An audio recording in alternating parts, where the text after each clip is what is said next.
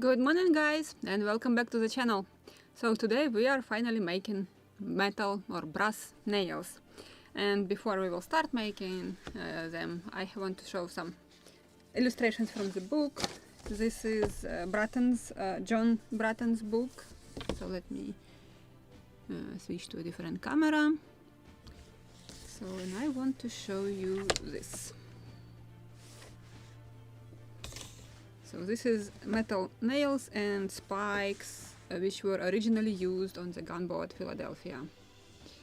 And let me bring it also a little field of depth. And let me open the page with dimensions. Here it was figure A32. Where is this? Oh, figure 8 A32. So on the left we have spikes and on the right nails in reverse mirrored. So okay, this is our spikes which we will make for whales, and this is nails which were used for the rest of the boat. And on the page with description, so this is figure A32. This is first dimensions of the spikes, and 1 second 9/16, 1 second 7/16. So on average, let me convert it into metric diameters. I will use converter, so 9/16. Let's take this one.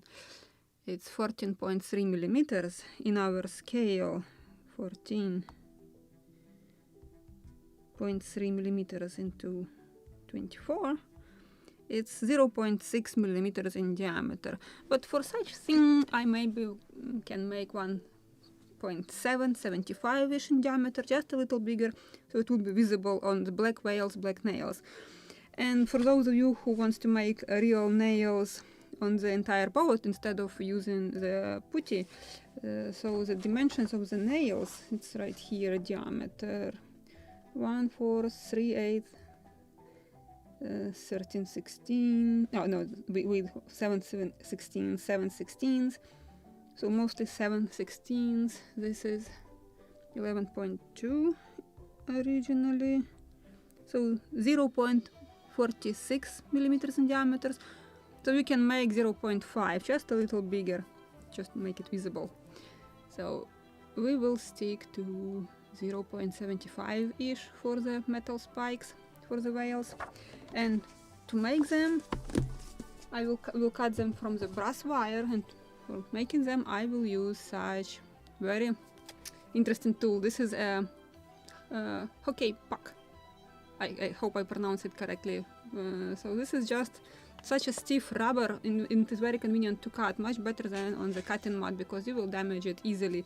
And I did it a lot just because I couldn't find here this device. I will call it device. And just recently, accidentally, I bumped into it when I was shopping in Walmart. In Walmart, and just like, wow, finally, 6 years later, I found it. So this is what I will use today. And let me make it brighter now. So, something like this. Oh, but before I will place it in front of the camera, probably I have to cut wires. And I will show you again this trick, how to straighten the wires. I believe this is 1 millimeter, this is too thick. Oh, it's stuck. So let me find proper wires also. So we will need 2 diameters. At the beginning and the end, I will need, this is 0.45 for nails. This is probably for our 0.75 in diameter, so when I will stretch it and will make it straight, it will be 0.7, just perfect for the spikes. What else do I have here? So yeah, I can use this one.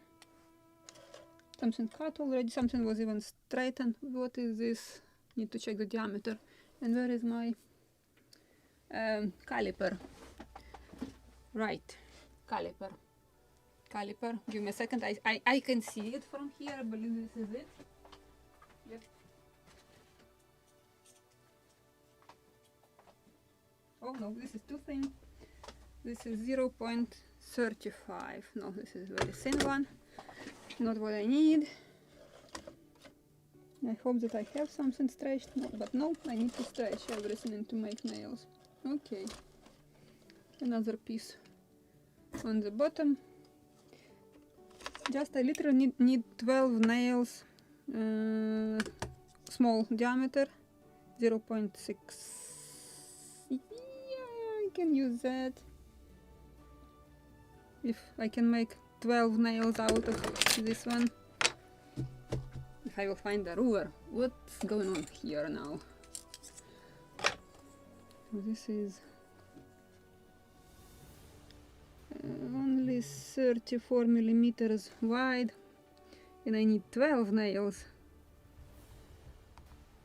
It's like very short. I have to make them. Okay, I will make this. So this is, I believe, 2 thick wire. Or actually this is just perfect. It is 0.86. When I will stretch it, it will be 0.75-ish. So this will be for the spikes. Then this one probably I can use for the nails. 0.66, so it will be around 0.55, a little bigger diameter, but better have this one. So I think I found wires. This is the problem when I'm making perfectly straight wires, I'm stretching it, so it is losing in diameter. So if you have, for example, bigger diameter, you can stretch it twice to get proper diameter which you need. So we will play right now with these wires. Let me cut a piece of this one. And I believe, let me measure the width of our frames, or bulkheads in this case. It is about 4.5 millimeters with layer of planking. So I will make nails 5 millimeters long, so I can cut. I'm cutting usually double length, so I will cut them 1 centimeter long. After blackening, I will cut them into 2 halves. Why after blackening?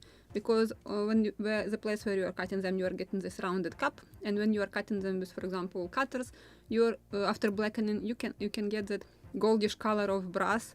So you can see which end is actually rounded cup, which end is just a cut, which you have to insert. Just even with my good eyes, it is much better and more convenient to see which end you have to insert in.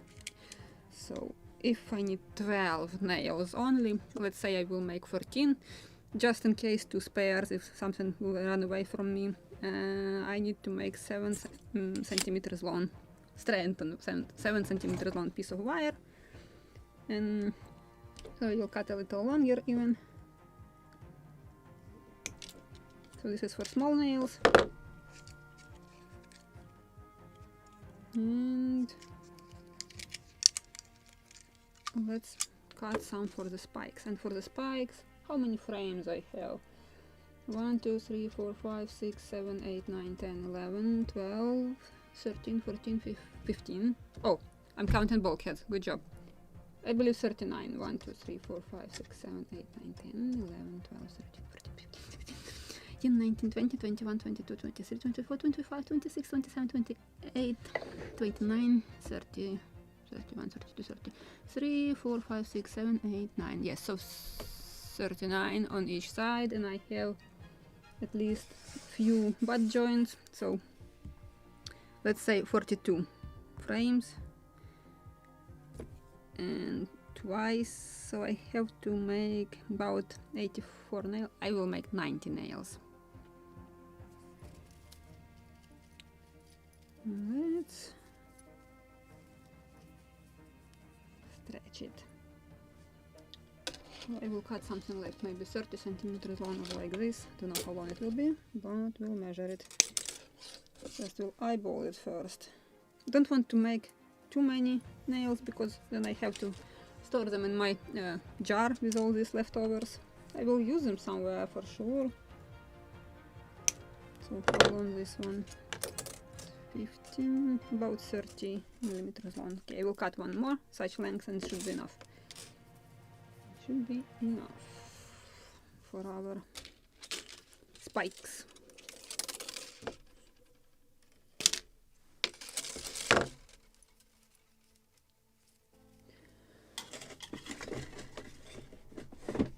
And maybe to show you how to straighten it, I will use camera of my laptop. So yeah, this is for small nails. This is for bigger diameter spikes. So I will use also I will disassemble this also high-tech device, just drill bit when I was rigging blocks, but I need to tighten this with my clamps to hold it in position when I will stretch the wire.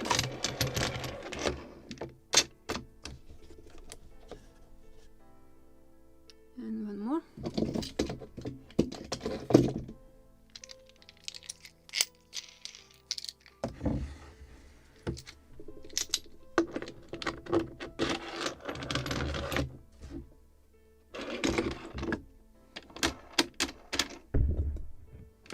This is what I'm doing at the moment. My phone, where I was calculating diameters. So let's start with the small one, with a small wire. I want to show you what I'm doing actually here. And just in case, maybe I should clamp my workbench, because I will pull it definitely.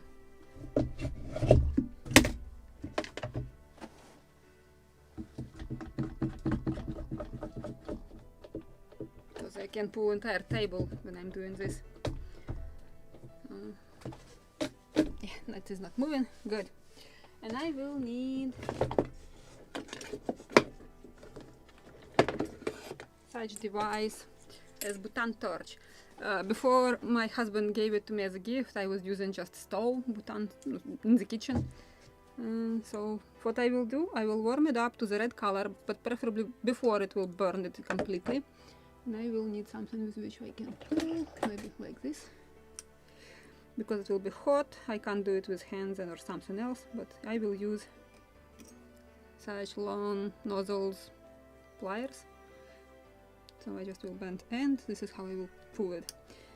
And let's start warming it up. And as I said, if you still have too big diameter, you can stretch it twice, warm up one more time, stretch one more time, but be careful. When you are stretching wire, you can like feel it when it is like doing this metal stretched. So this is the moment when you have to stop. If you will try to stretch more, you will just rip wire into two pieces, into halves. So it's a question of practicing a few times, and you will feel this stretchy effect, which you literally can feel it in your hands, how the wire stretches. So let's warm it up. Let's warm it up.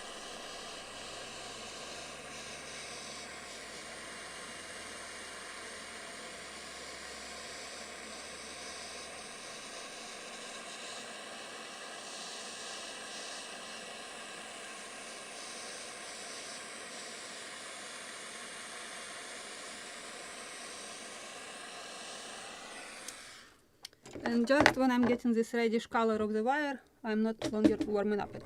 And just stretch together with the table, I see. So maybe I will reclamp it here, closer where I clamp it. Because I can't stretch it properly when it is doing this.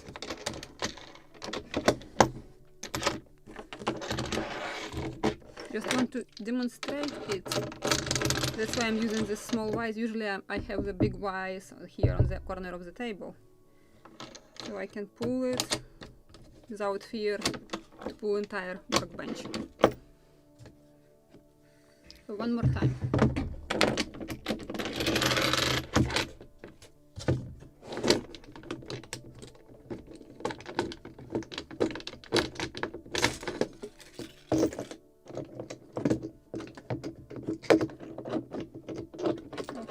One hand is difficult to do.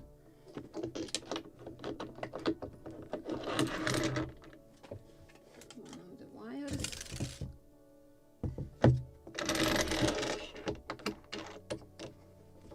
So let me check what I forgot. What is the diameter? Definitely I have to stretch it more, because I haven't stretched it properly. Yeah, it is 0.6. So one more time warming up and stretching, because I want to get something like 0.55 for the nails. So one more time with this.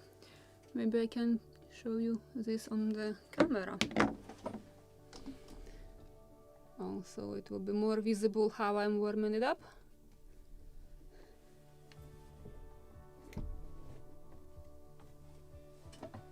Oh, good job. Just bend it. Okay, we'll stretch it one more time. Oh, yeah.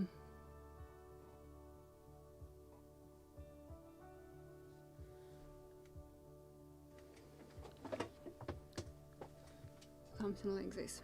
So it will be visible how it is getting reddish.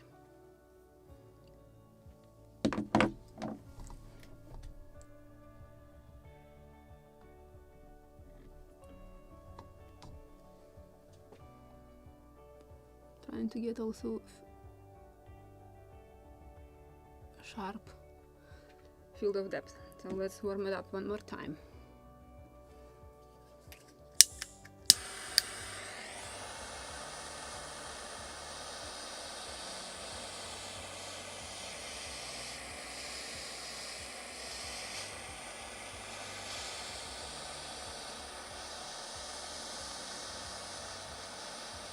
You see this reddish color? So in the moment you're getting red color, stop it warming up because you will burn it.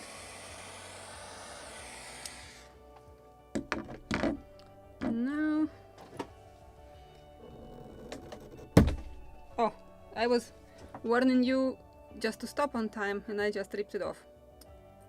But because I haven't stretched it to the end first time, I stretched it double stretch and it is exactly 0.55 what I wanted. Oh, upside down. What I have done, it was just a moment, minus 15, 0. So it was just perfect diameter a moment ago. How I got 0.55? Or my caliper was again making tricks with me. Okay, this is 0.59 actually. 57, okay. 0.61, 0.59. Okay, I will go with this one. So what do we have here? The best solution is to get 0.61 or 0.5556. This is what I actually wanted to get. Why it is, well, it is jumping. So somewhere plus minus, this is what I needed. Let's do the same for bigger wires. And let me switch to bigger screen because you actually can't see everything what I'm doing. So this one is much longer piece of wire.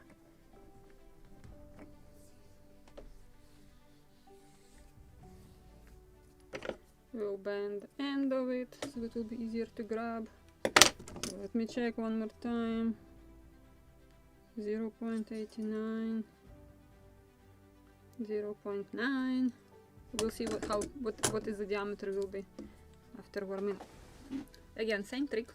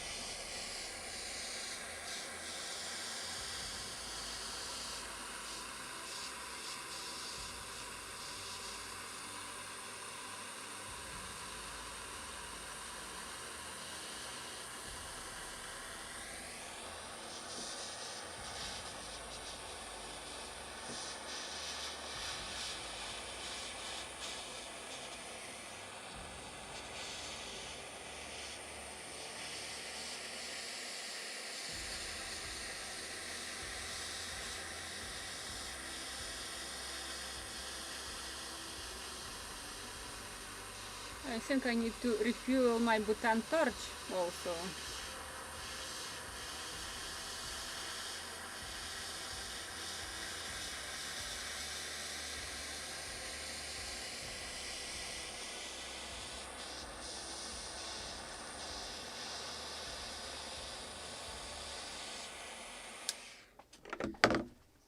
longer that powerful.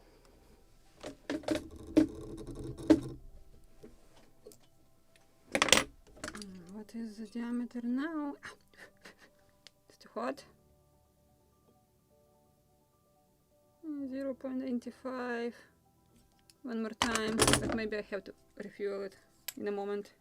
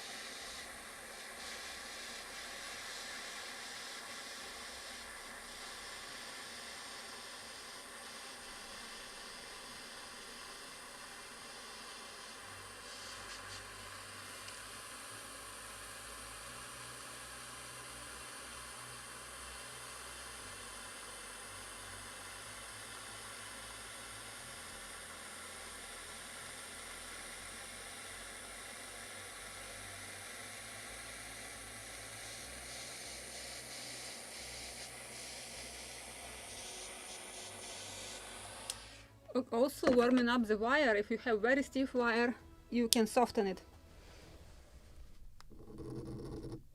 You even can hear this noise, I hope. When I'm stretching it, it's like, ooh. Still hot. Just literally can hear how the wire stretches. We'll stick with this 0.8. Good enough. So this is what I want to get with another 2.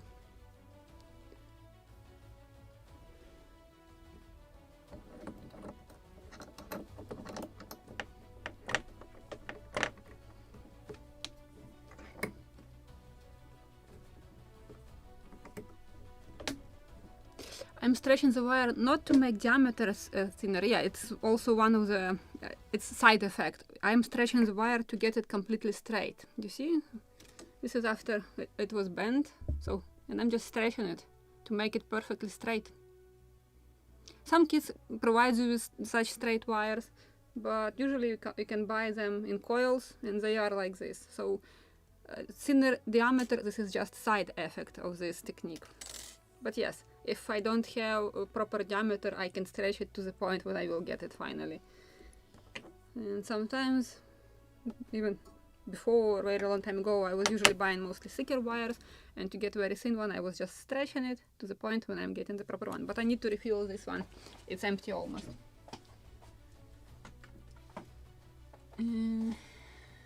Now, let me remember how to do it. Oh, good job. This is all these nozzles. Nozzles.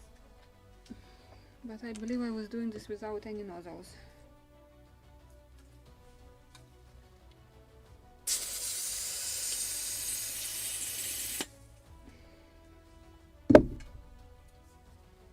Oh, it's quite cold. Immediately is getting. I hope it will be enough. I want to close it.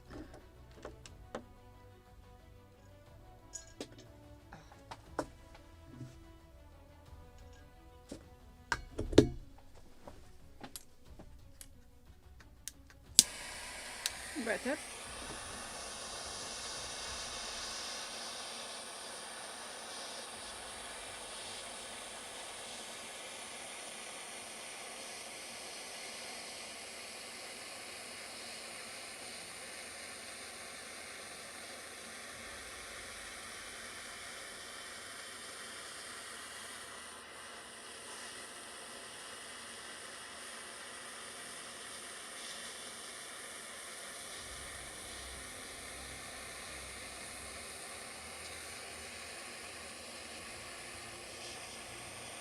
Yeah, but it is much more powerful. It is fueled. So maybe it will be enough. Have you heard that noise? Like squeaking, squawking metal when it is stretches. Or actually for the next one I will bring microphone closer. It's hot, but... Oh, caliper, I want to mirror. measure it. 0.82, 0.8, good enough. Maybe just a little more stretch to reach 0.8.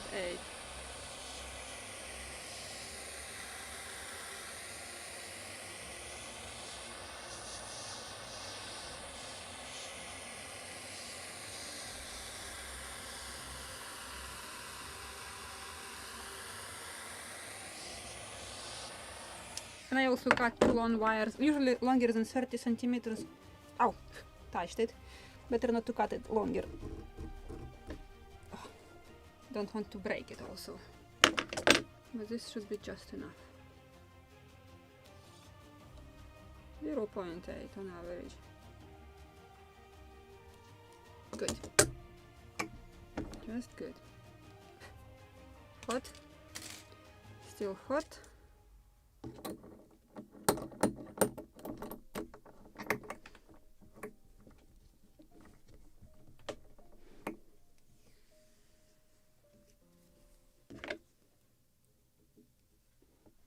And yes, the side effect that the wire becomes softer after burning like this or heating like this. It is also a side effect. So if you have a very stiff wire and you want to soften it, just warm it up to the red point, cool it off, one more time, and it will become softer, softer and softer every time. Let me warm up first, and I will bring the microphone closer so you can hear the noise, how the metal stretches.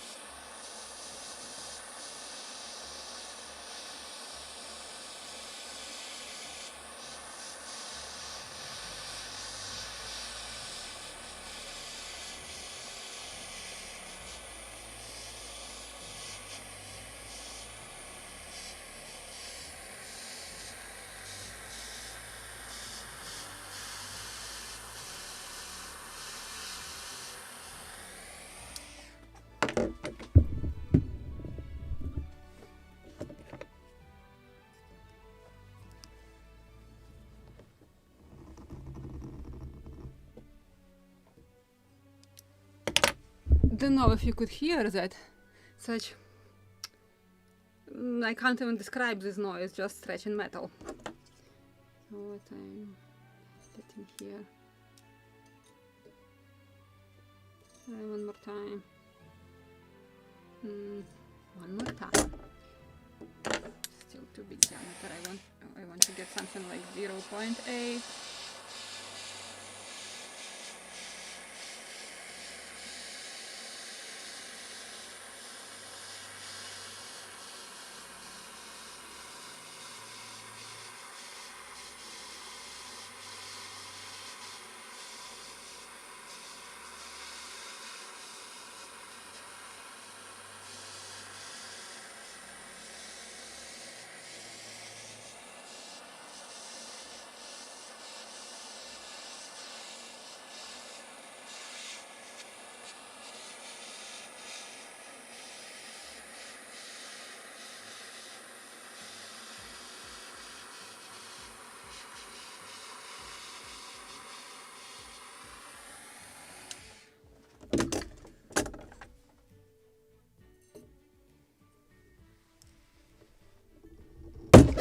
Ouch. Yeah, I just ripped the upper part, but this is the limit of the metal. It can't stretch more, I believe.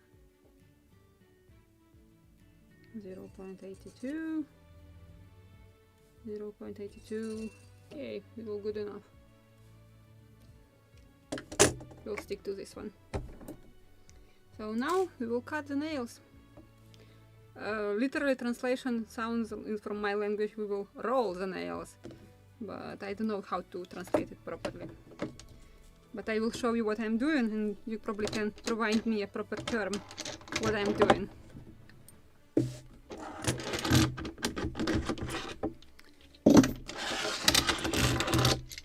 So and now, where is my pack? So this is what we will use. First I will cut smaller diameter, smaller quantity of them there. But let me bring back camera here. Maybe I will use one clamp to hold the cutting mat, or I just can keep back. It will be easier.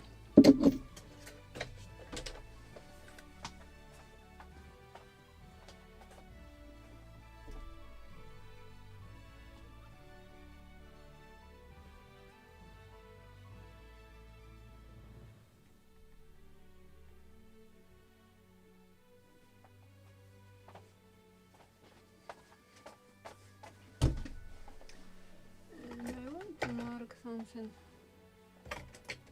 that I want to make them 1 centimeter, like double length of nail, then I will cut them, but I need maybe thinner, just plus minus. It don't have to be precise, just 2 black lines. This is 1 centimeter.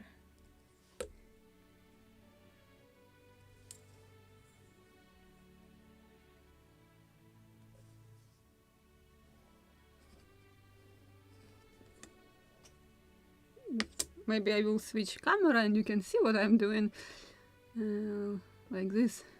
Yeah, so I just drew these 2 lines with Sharpie.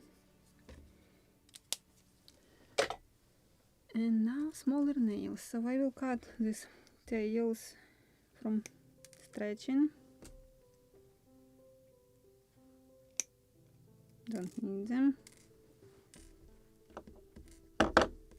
The wire can change color also after burning, like we're warming up.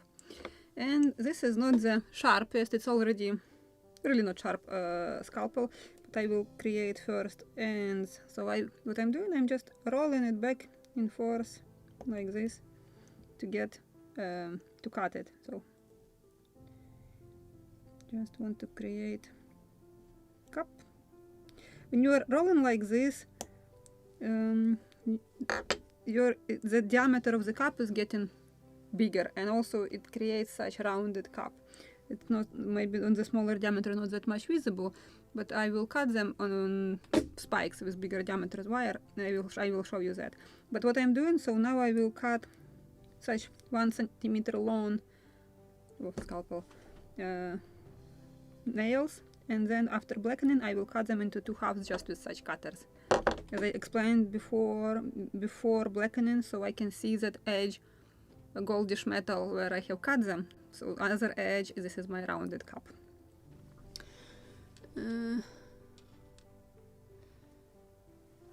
Usually I can't find stretched wire, I can find them only in coils, so this is the way how to straighten it. But when you are straightening it, minimum, if you will just want to straighten it, you are losing like 0.05 millimeters of diameter. If you are stretching it heavily, massively, you can narrow it up to 20% of the diameter. I believe 25ish, even more, like, but not more. The metal has its limit. As you have seen, I ripped twice today. Wire. So this is when, in the moment when the noise and that stretchy effect of the wire stops, you have to stop. Don't pull more because you will rip the wire. So this is what I will do. I said how many? 12 nails I need of this diameter. So I need actually 6 such. But I will cut entire piece which I created. The extra nails will go into my jar. Magic jar, which I'm constantly using if I need something fast, like 1 or 2 nails for the cleats. And actually we need more such nails, so I could make immediately a bigger quantity of them. I prepared such small cups for the nails. Still have more to cut, so I need to create a cup.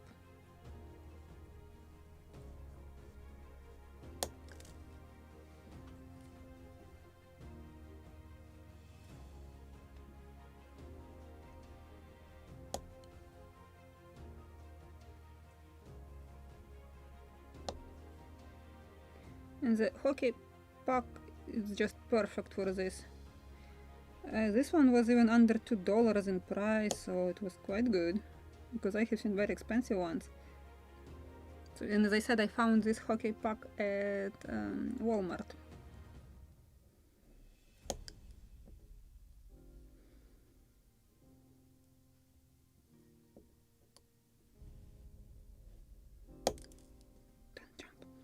This is the tail, which was a little more clamped into the vise, so I maybe can cut one more nail, and this is it. So this is our small nails, and let's make spikes. I will cut these. Now I will create a rounded cup. But yes, I made 2 long wires today. Usually I'm not cutting it that long. Maybe 20 centimeters long, this is more than enough. But let me cut the nail, entire nail, and I will show you. Here it is more visible that rounded cup was created like this. And I can switch autofocus exactly for this purpose. Come on. To make it darker, of course, first, and I want to show you this. Where is this nail? Focus. Maybe on something darker, on the hockey puck, it's more visible. Don't run away.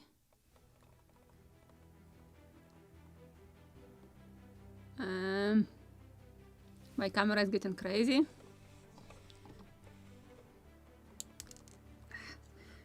Trying to show you this, or just on the hand, on my arm,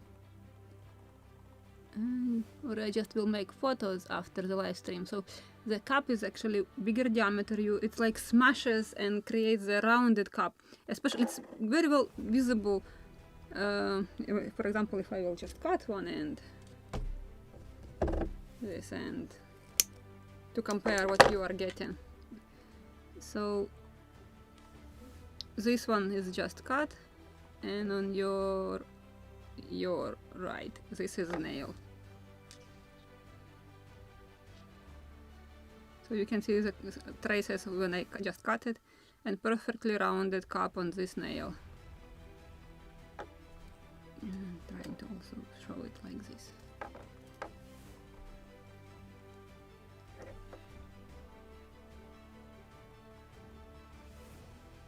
Oh, finally! Now you can see this cut one has this line or traces from the cutting, and that one which I roll with the scalpel on the hockey puck is rounded, and it has even bigger diameter like a real nail. So this is what I'm trying to achieve. And this is the difference, just cut and rolled nails. So can I say that I'm rolling nails? Let me stop this.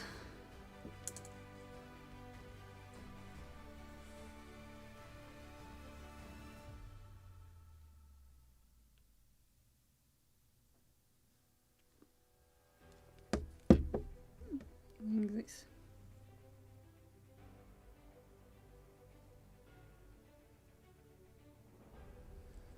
This one was the side which I was rolling from. So I'm just rolling nails. So I don't know if I can say this, but this is what I'm doing.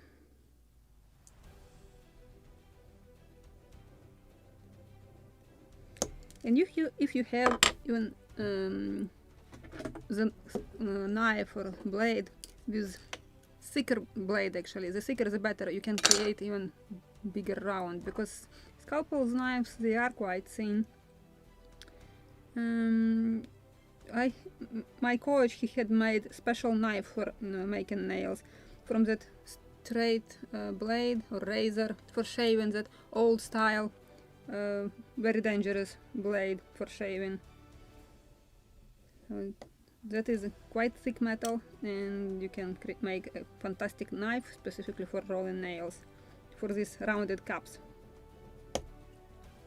So okay, I will cut all this, what I straightened, don't know how many spikes I will get, but they are constantly jumping into this groove.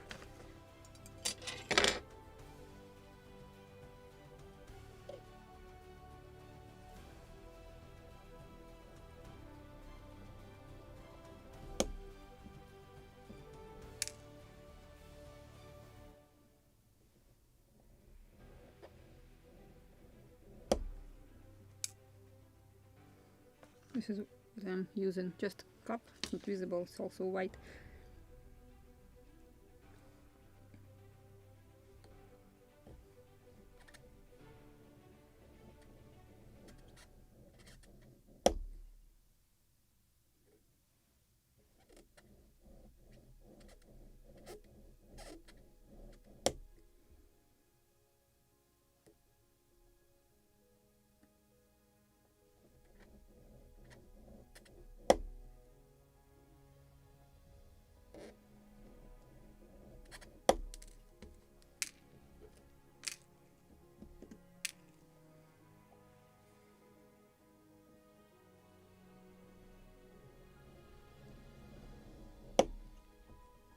And also another type of meditation in ship modeling. Roll, cut, drop. Roll, cut, drop. And so on.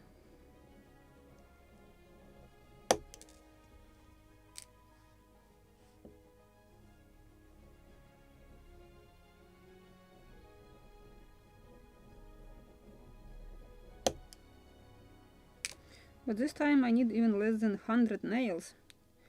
Amazing. And before I will start installing them and gluing them, I need to shape stem and stern post. Because I just glued that part, because I haven't imitated or haven't made rabbit before planking, because I did it after. My planking was already perfectly shaped, sanded and polished to get perfect match. So that's why I need to shape it now before installing metal nails, because after installing metal nails you can't sand around it because you can damage that blackened surface.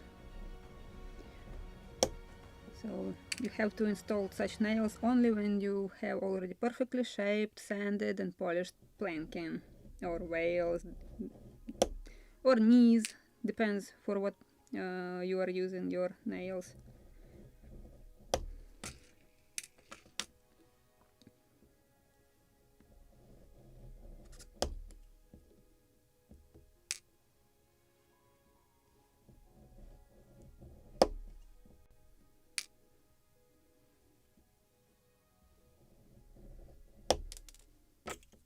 Come back.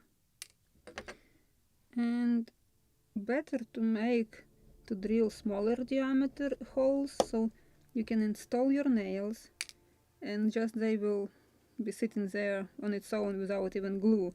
I'm securing them of course with cyanoacrylate, because when I will apply finishes, especially shellac, it will fill all the smallest pores and cracks, and then it will stay there forever. But that's why it is better to make smaller diameter drill holes, especially in such soft basswood. We'll see. I will make will install first nails on my samples. I have it.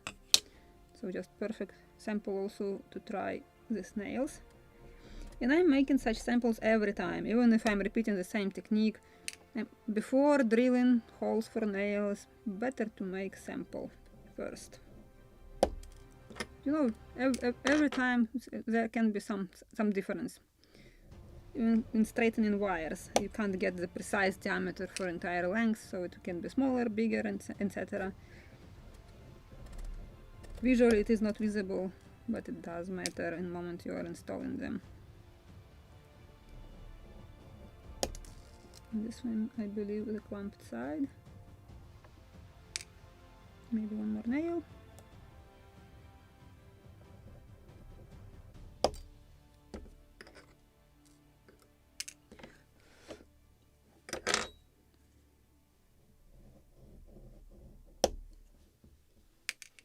So how many nails? One,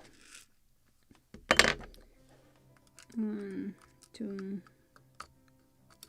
3, 4, 5, 6, 7, 8, 9, 10, 11, 12, 13, 14, 15, 16, 17, 18, 19, 20, 21, 22, 23, 24, 25, 26, 27, 28, 29, 30, 32, 35. Almost half. So yeah, I made some spares, so maybe just enough for the knees, and which we have to install. So we'll see.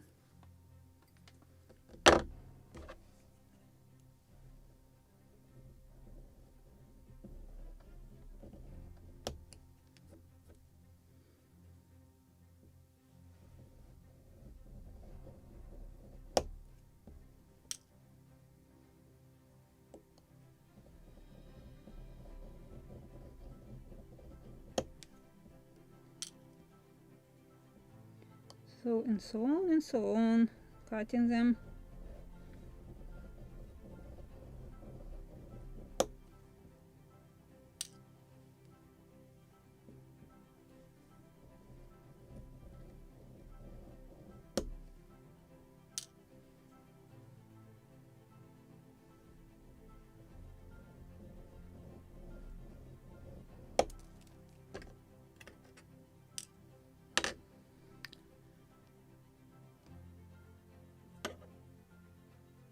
Yeah, same concept true for Elise tube cutter.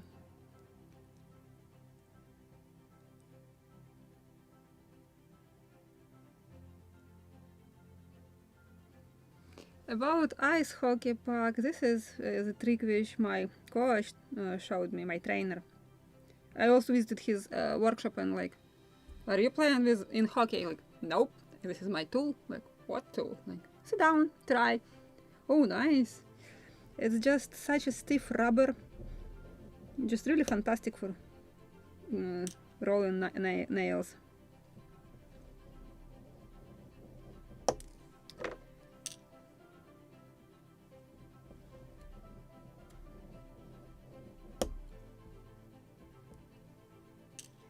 Also another idea, you know that some these prisoners of war models, they were built out of bones. But alternative to that, some modelers in Ukraine are making carvings out of these balls for billiard. And we have this bigger table than American, you have these colored balls and one black, I believe.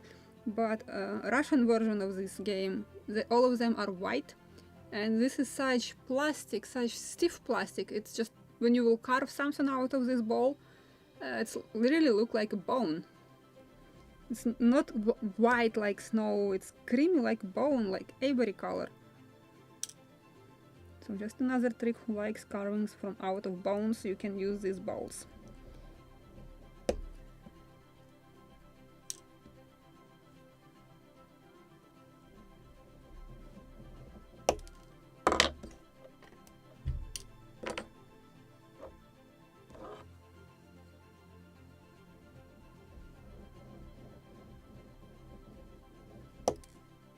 An entire ship modeling, calling it or naming it as 101 trick how to trick the judge. So the judge will think that, oh, you did a fantastic job, what a labor put into it. When you just can simulate something, it will look like it was on the real ship, but you just imitated it out of something.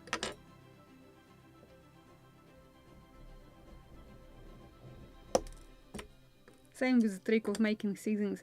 I'm not sitting and turning each loop around. I'm just making this trick with a polyester thread.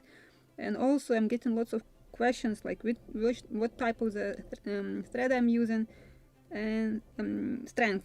And the thing is that 100 polyester differs from one manufacturer to another. If you have this very hairy strength, they will be stuck into knots like cotton ropes. So it should be perfect 100 polyester. It is even glossier. You can see it is just it will take coil of this yarn or strength. It's sort of like you can feel on your fingers that it will slide easily. So that type of 100 polyester you have to find, like this one. It's really sort of, you can see this gloss, but I'm also applying temporary cyanoacrylate on top of it, and cyanoacrylate actually kills the gloss, so it's double effect. You can temporarily fix something before you are applying and tying knots, and cyanoacrylate kills this glossy, shiny effect. So even if it will disintegrate in 10-15 years, it doesn't matter. The yarn already will be just in its position, fixed with the rest of the knots. And under the aged dust, it will no longer shiny.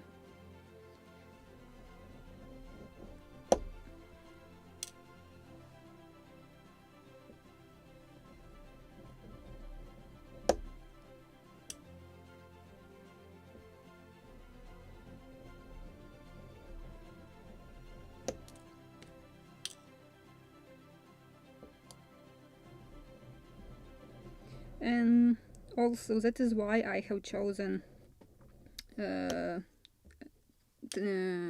style of imitating nails with putty, because it is much faster. Because that was a question not only of cutting 3000 nails, but it also will take much longer to insert this real wire or brass nails. That's why I want to show this technique only on whales. It makes sense, because if you have black whale to imitate black nails, it will not be visible. So better to use some contrast materials like metal, wooden metal, even blackened metal. You still can see that shiny, that it is really different texture, that it is a real metal nail.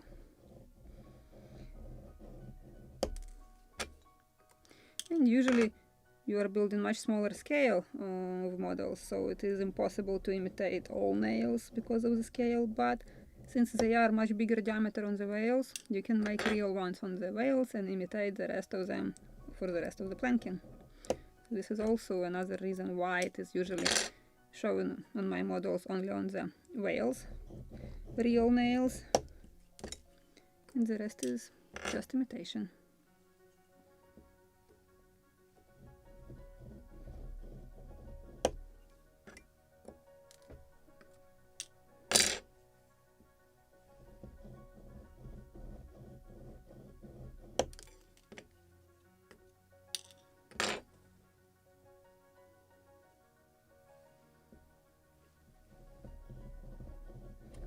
So my plan was actually to finish it today, but don't know, it is I'm already cutting nails only almost 1 hour, and I still have to shape stem and stern post. So we'll see how much I can install today, or how many actually nails I can install today. Or I just will sit to the end until I will install all of them. Because as I informed you yesterday, I'm going to Ukraine, and since from November 1st till December 7th, I will build on live streams a different model. This is a Mayflower, just because I can't sit without doing anything, and 6 weeks without models I will die. Actually in my case it will be 8 weeks. 1 week will take trip, and before the trip I have to go with my husband to his meeting. So that's why how I will follow the screen with Gunboat Philadelphia for 8 weeks actually. And because nowadays I can't go directly to Ukraine, I will go to Poland, will stay 1 night there, and then I will go by bus to Kiev. So the trip will take 4 days. Physically like 3.5 because of the difference on time, but because I'm getting this plus 7 hours, it will look like I'm traveling 4 days.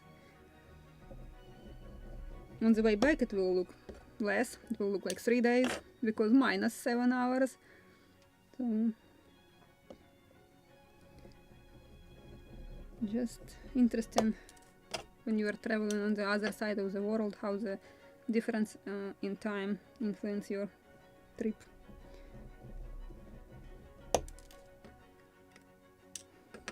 It was from here, so okay, 1 more nail out of this one.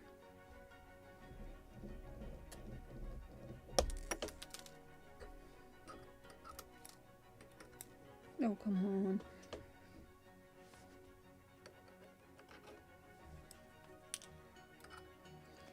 This is garbage.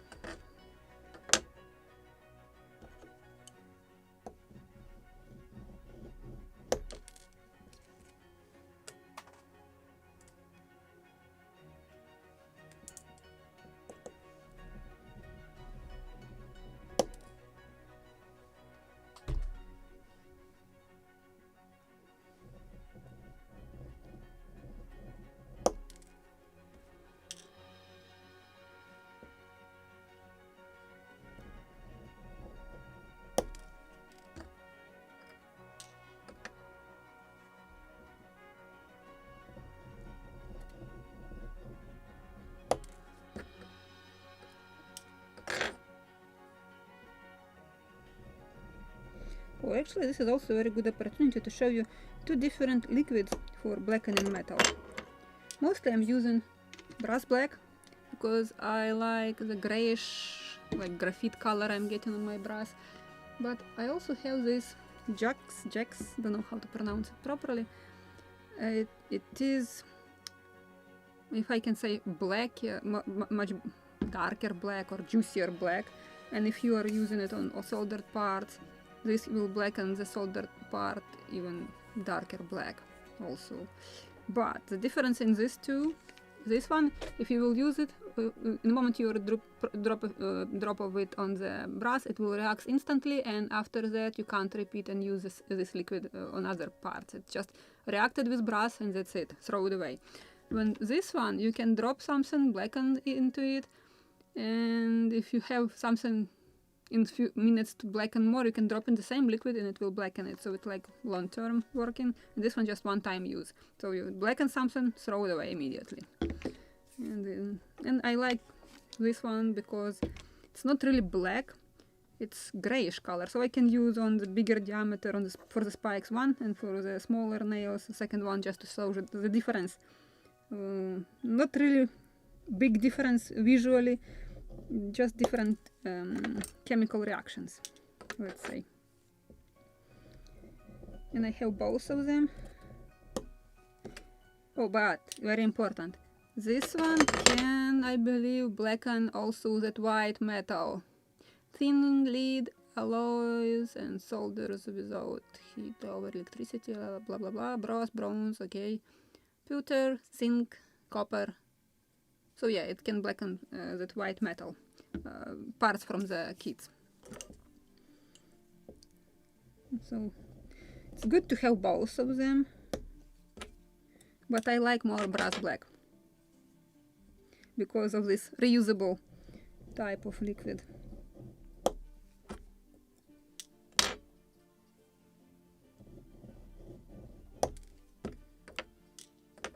So we'll use both.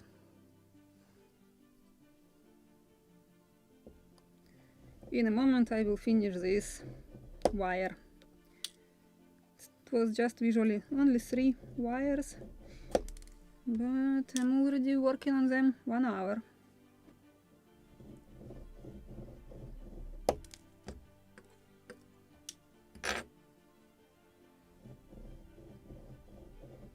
And that is also why I'm afraid to build something big like my flower, like group build together on live streams, because I can't just build model according to the instructions.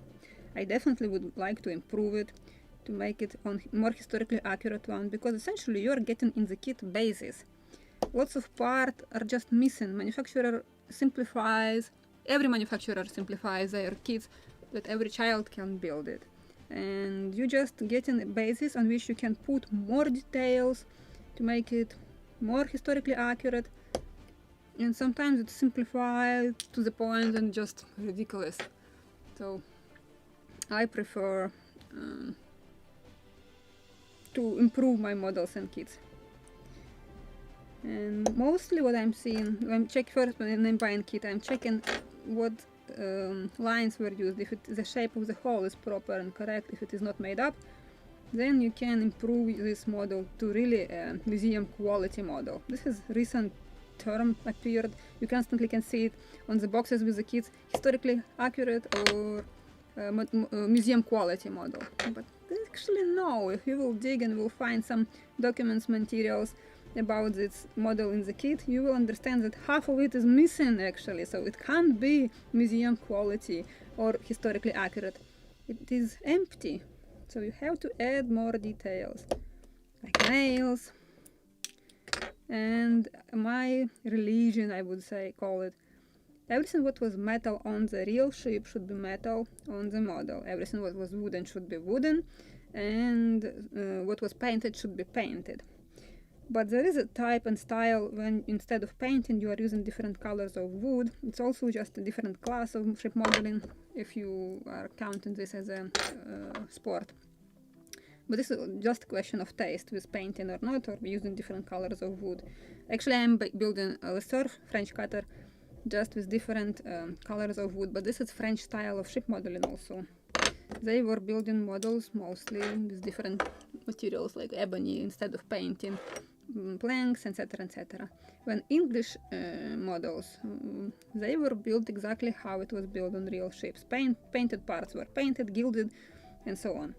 And I started this conversation because even before I could find plastic in kits, on real ships plastic, right? And so I was replacing with wood and metal what is supposed to be wood and metal instead of plastic. But nowadays I'm seeing more and more these 3D printed parts. Yeah, it's good seeing if it is painted, so nobody will see what it was before painting, wood, metal or plastic. But if it is something which really makes difference to make that 3D printed part real wood or something, I prefer to replace everything plastic to original materials. Just it's right to do. But this is just mine, something what I just can't close my eyes and just paint it and forget that it is plastic.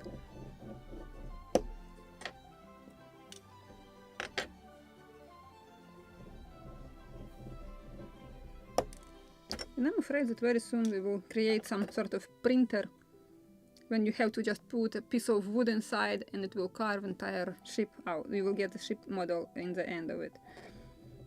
I will not be surprised. But still, better to make everything with hands. This is the point of ship modeling. What if you just can press the button and will get a model? This is not ship modeling. You have to grab a piece of wood, shape it into your hands, glue it, sand it, polish it, and then you will get this joy like, yay, I can do this.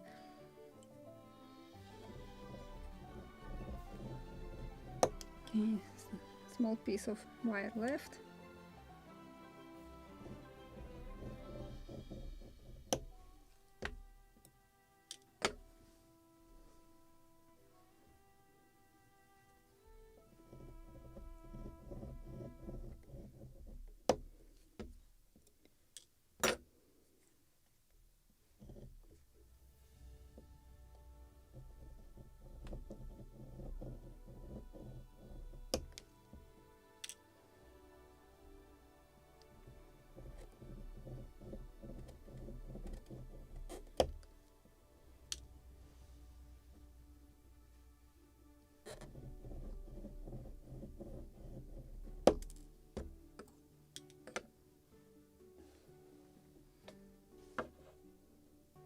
Yeah, this is also another side effect of cutting nails. They are jumping if you will press a little more pressure, or like this. Yeah, I'm usually saying that 80% of ship modeling you have to sand something. Another 20% of the time you will sit under the table and will search for these small tiny parts which are constantly falling down on the floor.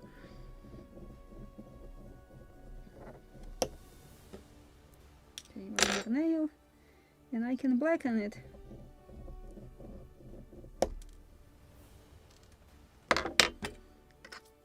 Yay, this is what I made right now. So now let's blacken it. As I said, the smaller one I will blacken with this pewter black, brass black. Jack, this is the manufacturer, I believe. Brass black, this is birch wood. So, and we'll see the difference. This is such color of brass wire, it become already greenish, and on its own, when I even bought it, it was already greenish, just aged on its own, instead of that goldish. And this one after blackening become grayish, not that also gold. But, so I will use these two plastic jars, this one for this one, and this one for this one. But I forgot to bring water before the live stream.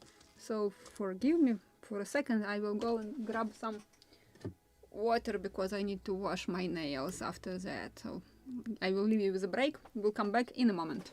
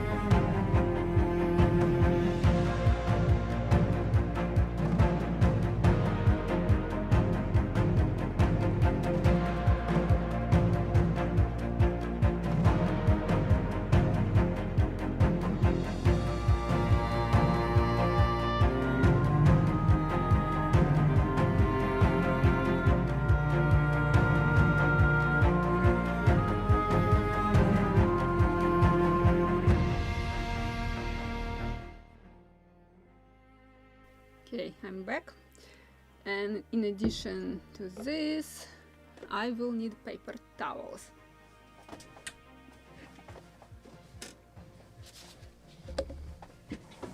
And my favorite brush.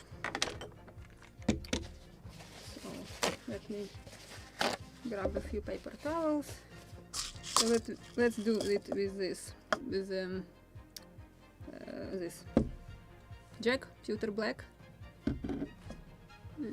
How to put it so you can see what I'm doing.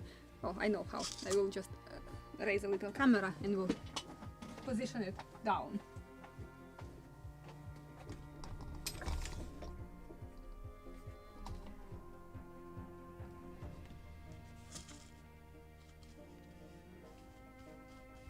Like this.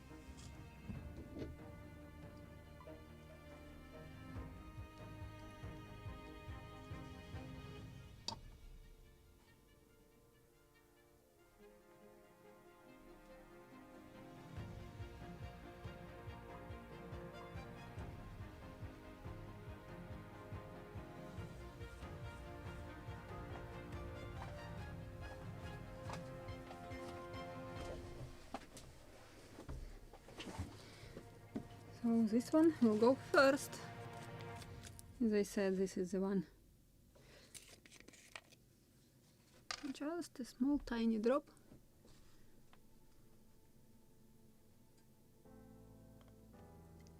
And of course everything went behind the jar. Like I have to... maybe if I will try to spill it from the end of the jar immediately, we'll get more bigger result, better result. So, and you see the reaction is it become brownish, and if I will drop another piece of brass after this reaction, it will not blacken it. So this is minus of this one, but plus when you are blackening something like with soldered, with different type of solders, it will make that part of soldered part even blacker, even and less visible that it was soldered. So this is it.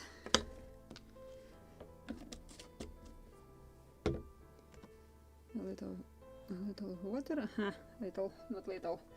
We'll try to pour a smaller quantity into this one. Better.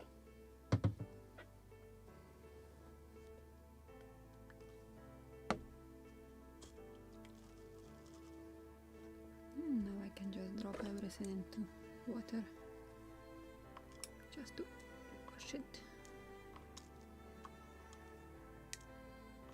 And after both of them, you have to clean that dust, sort of dust, after a chemical reaction.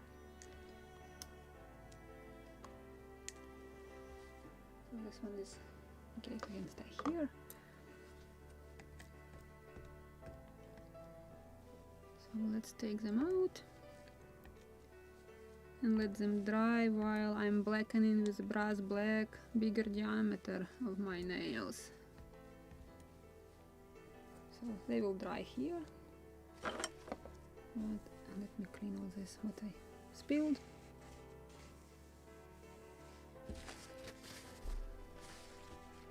And now brass black.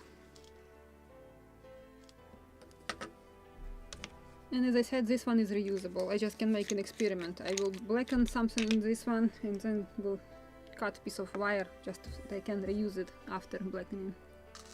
Oh, that wasn't economical.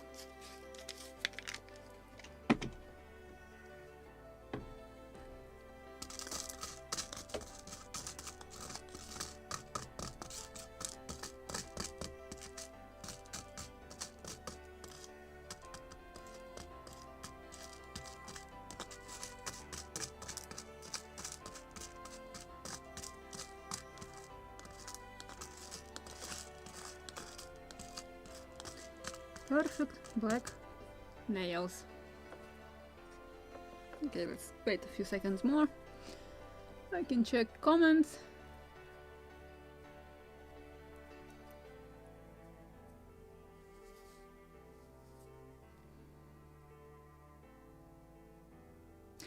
As I said, 3D printed parts, this is just my religion. What was wooden should be wooden, what was metal should be metal. So my point is, yeah, I made also recently wooden carronades for the Boreas, but it was only 2. If I have to make lots of them, I would make one master model and just cast them. But again, this is just for every model, just question where I have to apply it, what is more suitable. For example, in case of Boreas, it was really tempting to make carronades casted, but all the rest of the guns, original on them, they were wooden. If I will cast them or will make them out of brass, it will be visible, they just will be eye-poking. I just have to continue in the same style which the model was built. So how tempting it was to make carronades, to cast them, I have to make them wooden. And if it is all of them are wooden or all of them are metal, it is okay. But if you will make something wooden, something painted, and something metal, it is visible. It is just will be eye-poking. So you have to just keep going with the same style. And some restorations are very, you can see some very weird decisions made by modelers who build the model. But sometimes you can find something different, some different techniques, like, oh wow, this is that simple, I can do that. So let me dig out all these nails.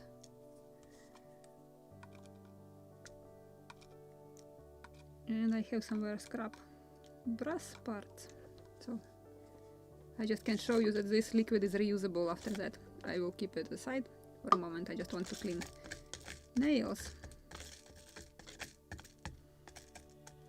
So I will just put them here to dry, and while they are drying I just can show you that the brass black liquid is reusable. And somehow, if it will stay longer, it is right now very dark black, or almost black, but dark blue. If it will stay longer without touching, it will lighten again and will become light blue. Don't know how, maybe this is a reaction with the oxygen. Can't explain this chemical reaction, but just fact.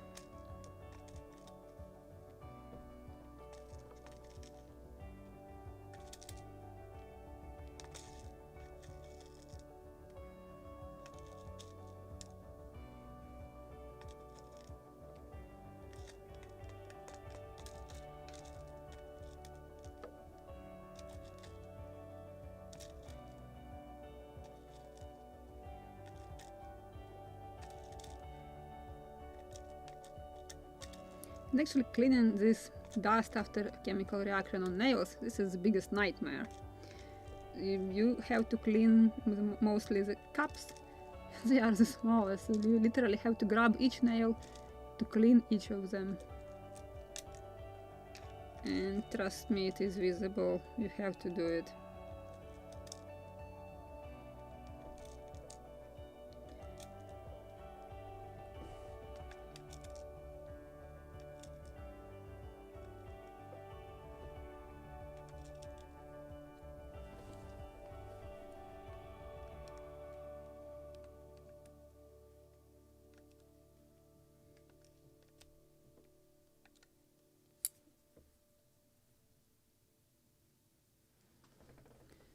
So, okay, let it dry.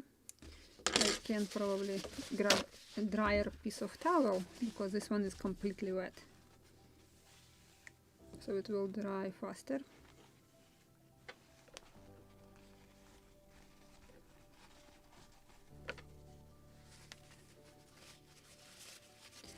I can spread them a little.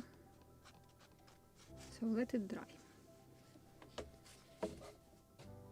And this is our liquid after chemical reaction. I have somewhere scrap brass.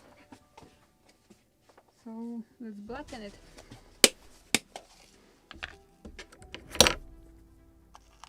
Even perfectly goldish one.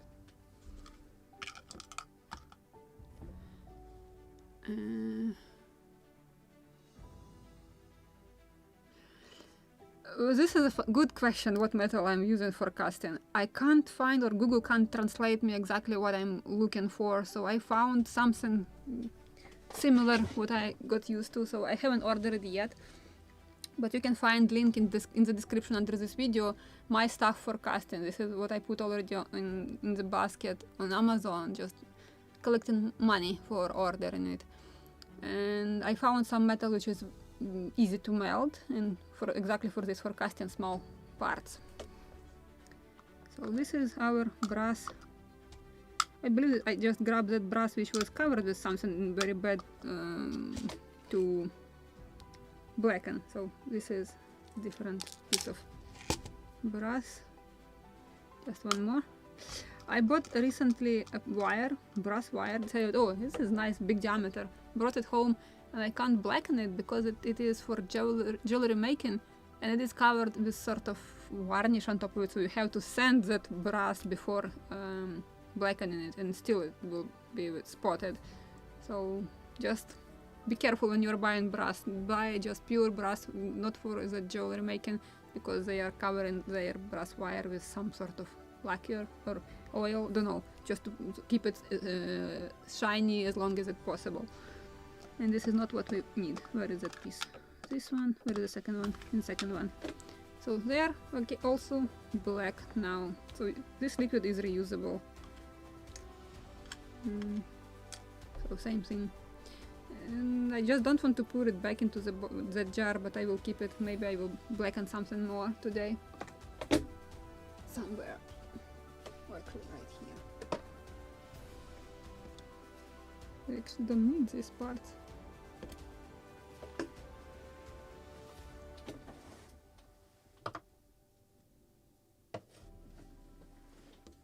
So let's clean our nails. Yeah, I can drop them back into this jar. Scrub brass.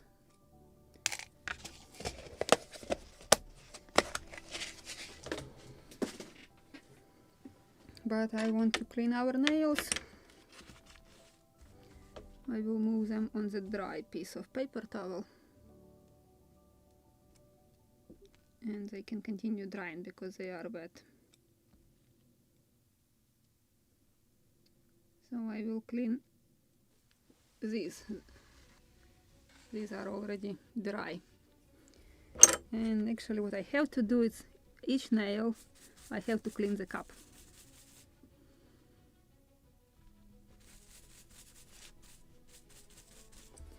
And for clean nails I will use this plastic one. It's also white, of course. White on white, it's not visible. Even maybe it is better just to use a paper towel, because as I said, the most important here is to clean the cup.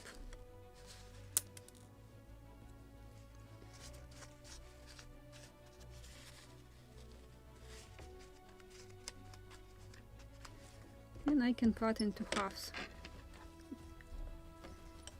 Cleaned nails. Now let me move it closer, like this, so it will be visible. I'm just cutting into 2 halves, but just I don't want them to jump, holding with my fingers.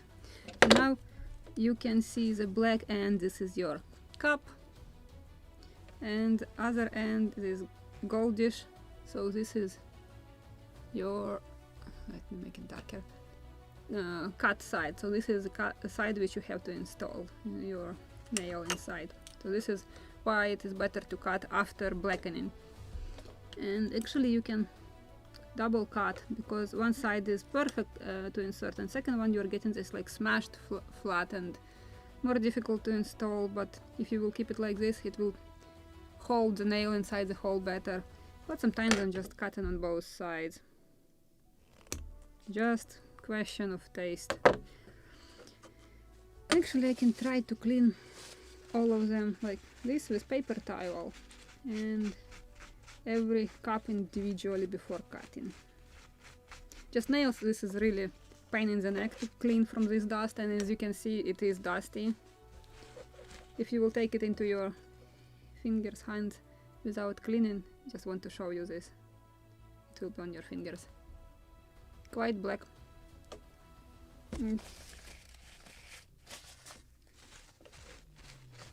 So this way you also can make your model dirty, especially such light basswood. So you have to clean it.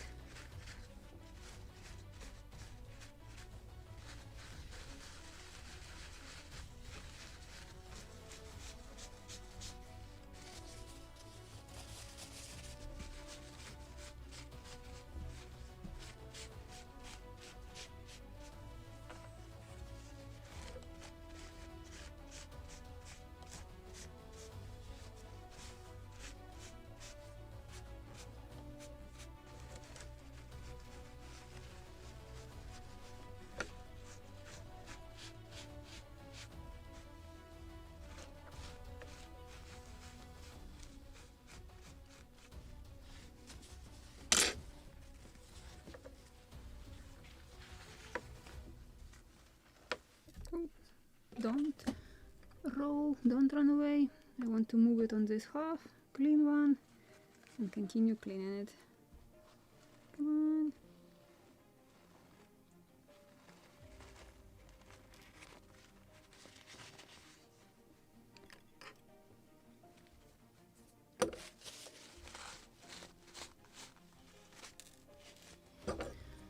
They are trying to escape. Okay, maybe I will clean them with brush. It is better to do this with brush, and need to cut them immediately.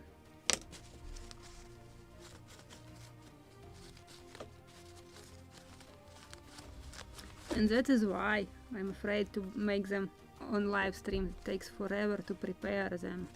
Don't know if we will reach today this stage of installing them.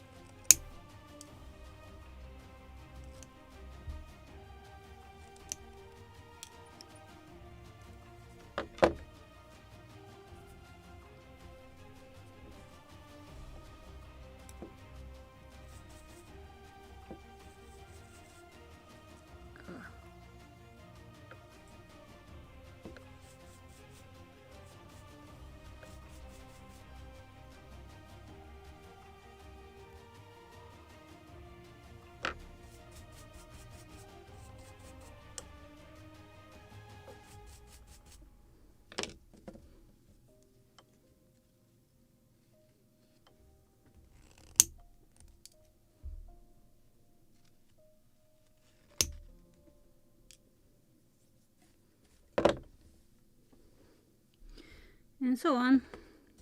I believe it is around 100 nails, so 50 something, 50 plus pieces, double pieces, double-sided, let's say, pieces. That's why I need to cut them to get nails.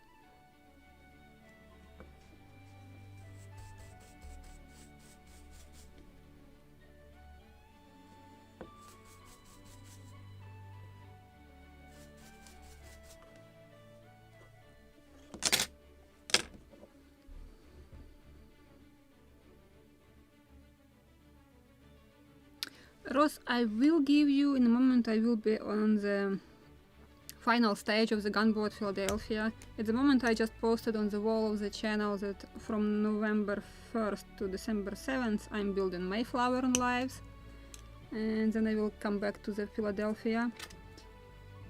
And for the next group build it will be the dinghy, Midwest dinghy. I will make today finally post. I'm promising every time and forgetting it.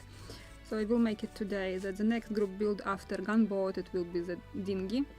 And as I said, announced it before, I contacted Model Expo store and they are preparing actually combo kit. So there is a just kit without any tools, and they will make combo kit with tools, glues, and even with finishes.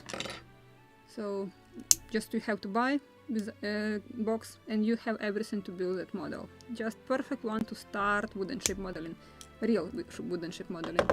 And we haven't voted yet about next kit after the dinghy, because I believe I can make dinghy in 5-6 episodes, like months, maybe 1.5, maximum 2 months of building.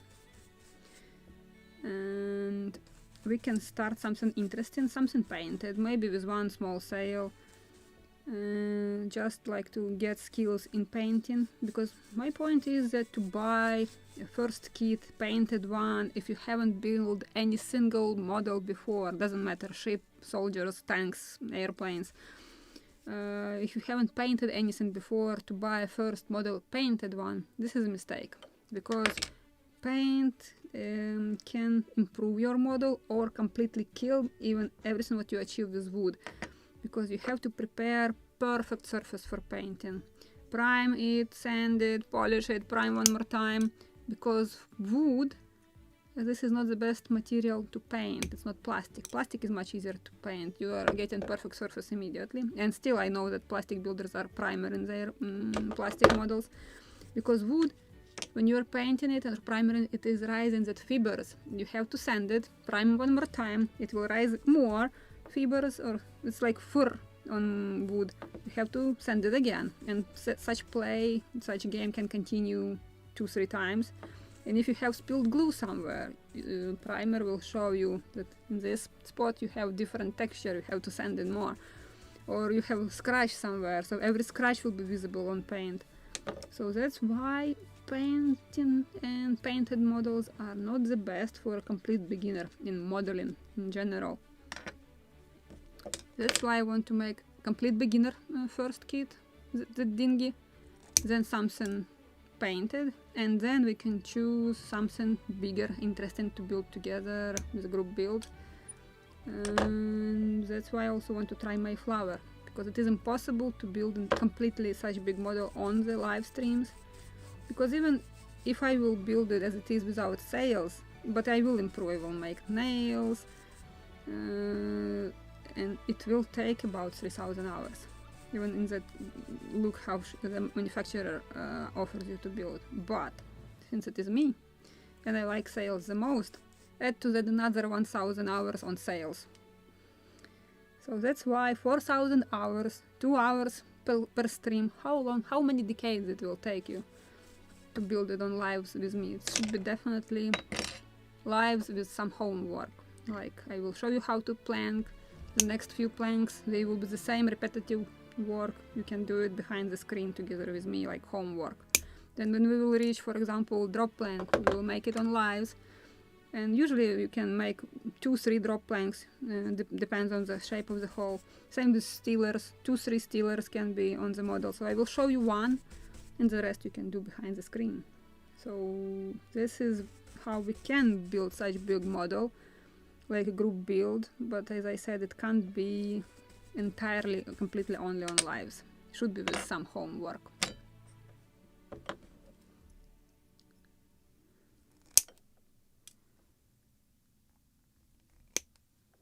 I think I'm cleaning more with my fingers even than with brush each nail. But yeah, before installing such nails, each nail you have to pamper in your hands. And this is why it takes that long.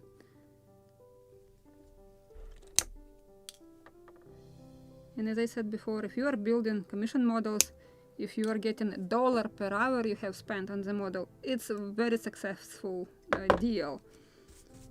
And because what I said yesterday, just will repeat it today who haven't been here yesterday. The model, the frigate Boreas, which I'm building, I am counting that I think that I will need another 3 months to complete it. But in the end of the day, it looks like I will get maximum 30 cents per hour, if that, if not 25 cents per hour. Because what we agreed, and I start making what we agreed, and I'm touching one, like if I already disassembled this model and channels are painted and rusted better, chain plates are rusted, and they were painted blue and yellow, like whole of the model, probably just was somebody was trying to hide the rust. So like if I disassemble everything, might as well let's replace the chain plates. And it is not only about chain plates, about everything. In the moment I'm touching something, if I already reach this point, it just makes sense to make more, because half repaired, half improved model, it will be visible. And I just can't leave it like that. Something what I see that it should be replaced or should be repaired, and because I already announced the price, I can't raise it. So that's why I took double quantity of expenses that I was calculating in the beginning, and that is how I'm spending more time, more hours, and that's how the labor gets cheaper and cheaper on that frigate.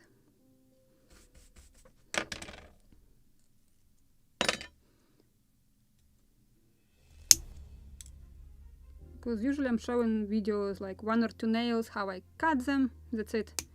But even now you can see for the Gunboat Philadelphia, 80 nails, and I'm already dealing with them 1.5 hours. Yeah, I'm afraid that I maybe will install the smallest nails just to start and to show you how to install them. Or actually no, I have to shape stem and stern post, so we will probably install them next week. So always I'm trying to count that I can build it faster, but in fact I can't, physically impossible. I have to cut each nail, have to clean each nail, have to cut it, and then I can install it. So that's why it takes it so long. Maybe I should move camera a little farther, because I'm constantly falling off the screen.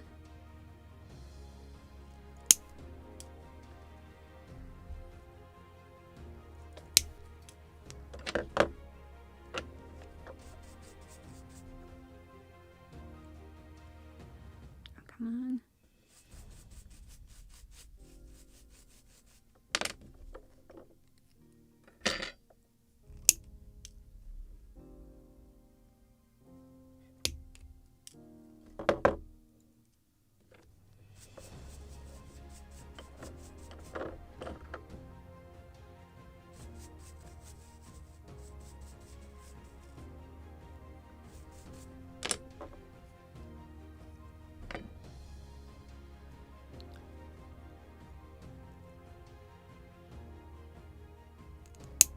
To Philadelphia, I will come back on 16 no, December 15th I'm flying from Warsaw, and because of difference in time I will land in the United States on 15th also.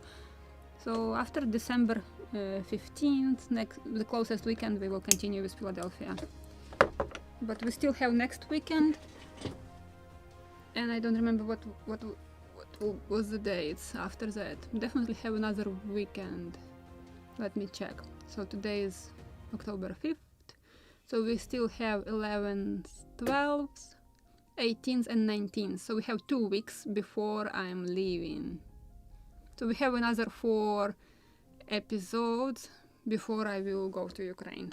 So I hope I will install Caprail also. We'll see how it will go. So then I will complete entire hull, or almost, without details on the decks. But some logical point we will reach before I will go to Ukraine.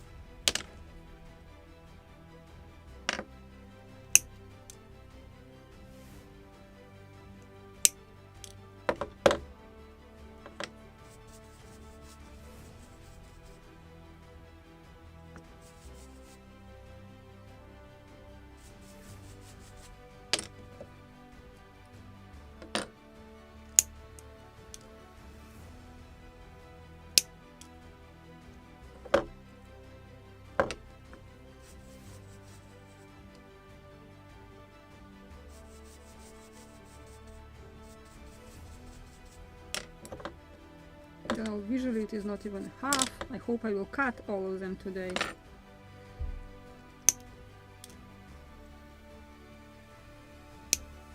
But now you can see how long it will take to cut 100 nails. 2 hours. And if you have to cut 3,000, 4,000 nails, how many hours do you need to cut? So that's why I'm afraid to build big models on lives, 100% on lives. Because this is something what I can show, for example, a few nails, and then can continue behind the screen. So what do you think about this idea to build big models live and with homework?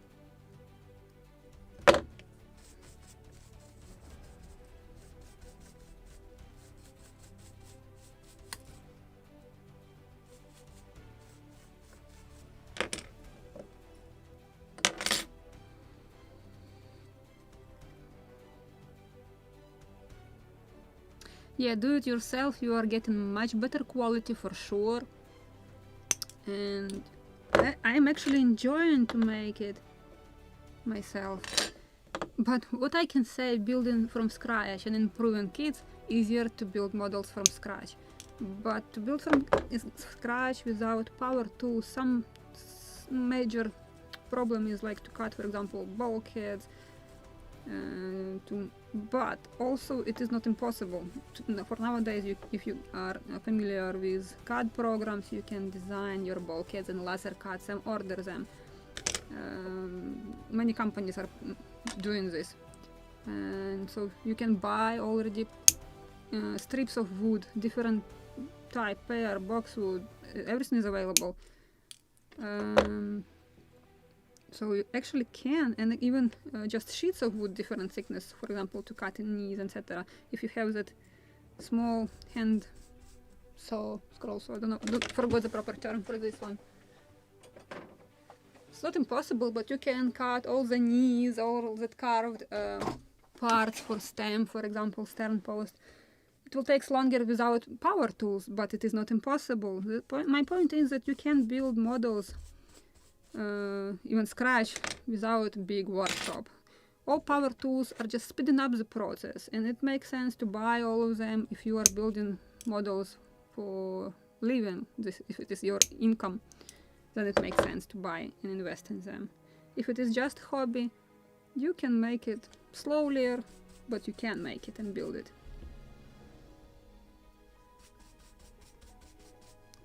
This is what actually I'm doing in Ukraine. I don't have power tools right now. I sold everything what I have, and right now I have literally a few files, sandpaper, cutting mat, and scalpel, some hand drills, and that's it.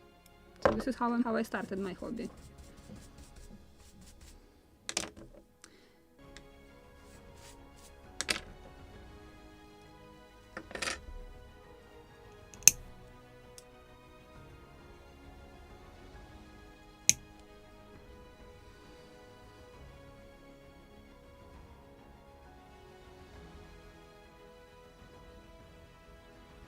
What is ultrasonic?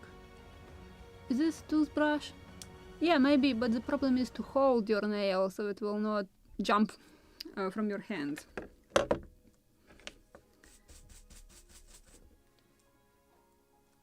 But essentially, yeah, why not to use toothbrush?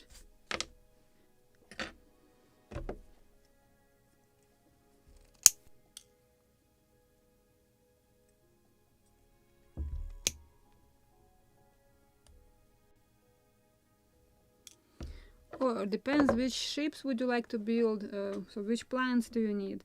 Some, for example, we have American publisher Sea-Watch books. We can buy not only plans but also with manuals, build logs, with photographs. Lots of books are there available in this style. French publisher Ancre, they have fantastic monographs with all possible details. The most detailed drawing probably you can find this is in their publications. And some of them also, they have some books on how to build models, so you just have to choose which one would you like. Manufacturers of kits, they are selling, especially Model Expo, they are selling separately their drawings separately from the kit. So if you like the model, you can buy just drawings. And what I like the most, their drawings are complete and full with all details and parts, so they did the research. Not know about all of them, but which I have. For example, Pinky Schooner. If you will buy kit, you will get simplified instructions how to build it fast and cheap, let's say. But you have drawings in the kit with all details, with all research, so you don't have to search for additional materials and books, you just have to follow these drawings. Same with the Confederacy, and I like the drawings for the Mayflower also, although I have a book, so I Baker's book, and because Model Expo's Mayflower, it's Baker's Mayflower 2 essentially, that replica which we have. And so everything what you need. I was lucky to sail our boat with my husband next to the Mayflower when she was here at Mystic Seaport for some repairs and renovations. That ship was sailing in our area and we were sailing next to her. That was fun. And actually the biggest fun that people who were sailing, the crew, they were dressed properly for the period. And they were singing song and shanties aboard, so I recorded them in video. I have published, I think, it on my channel or on Krum's channel. Just type Mayflower in the search on my channel or on Krum's channel and you will find it. And it was so exciting, it was so nice. You just like, really, you were sailing next to the 17th century. It was literally right in front of you. Yeah, of course, Mayflower was followed with tugboats, power boats, and actually everybody who was around that area, everybody tried to come closer to the Mayflower just to take pictures of her. It was like celebrity with huge quantity of fans behind her. So Mayflower sailing ship behind her was lots of power boats. It was funny also. Also sailing yachts. And actually we actually get too close to her.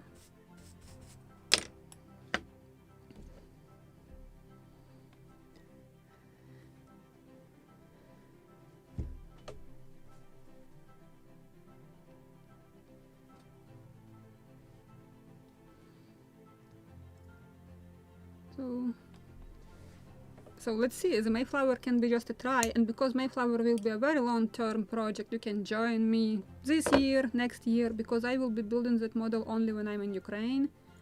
So it is 2-3 months every year, usually mostly in autumn when the tickets are much cheaper, and I'm planning to come back before Christmas. Can't miss that part.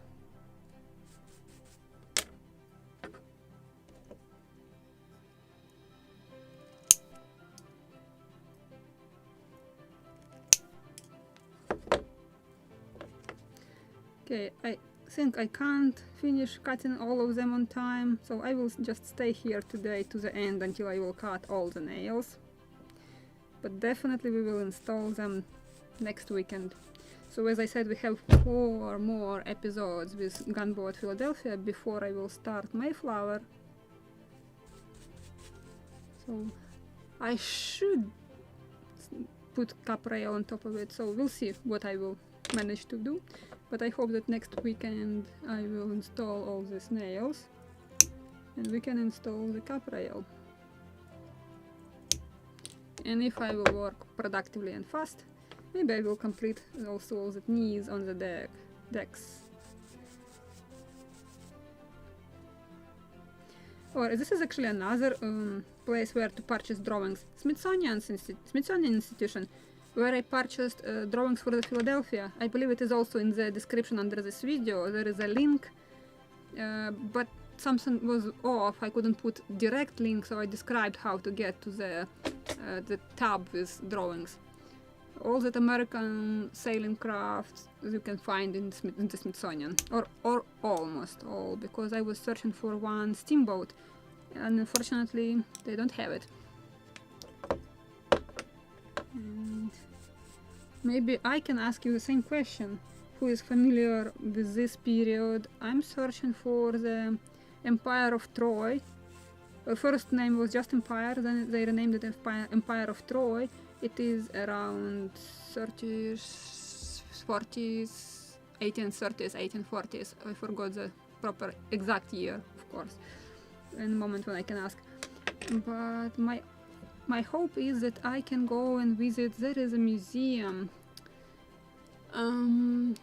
about canal boats. Oh, right now also again the name of the museum escaped. Hudson River Museum or something like that.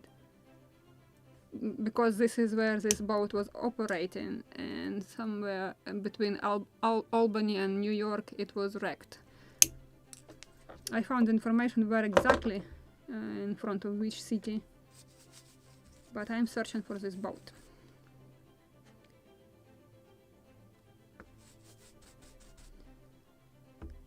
So my hope is to check that museum on the Hudson River.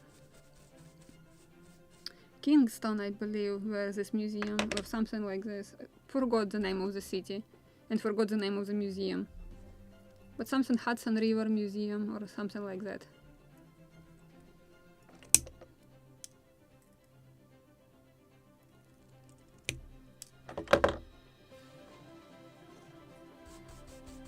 But this is very big plan for a very far future. I mentioned it before.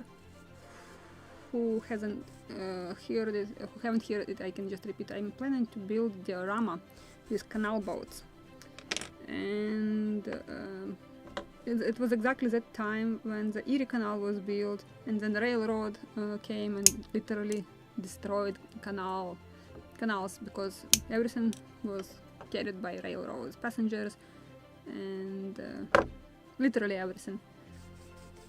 So cargo. That's why and how canals become just like they no longer needed. And I have this crazy idea to make a trip along with Erie Canal and just to check all the dry logs which already converted into parks, just to see it. And that's why I want to. I have also a publication about all the canal boats, different types, so with very detailed documentation by archaeologist ArtCon. So I want to build this boat and I want to make a diorama. And partially it will also take some place, like about 25% will be railroad also. Don't want to make it dominant, but I want to make it dynamic. Just one circle with a train because I got a gift. It is 1838 or 36 of that train. It was also the name of it. Because I'm not familiar with this type of modeling, I have very bad memory for the names and especially dates.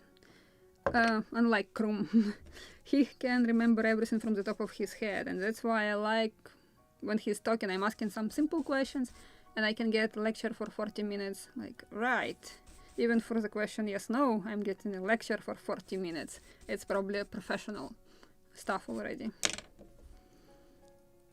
He can't speak shorter.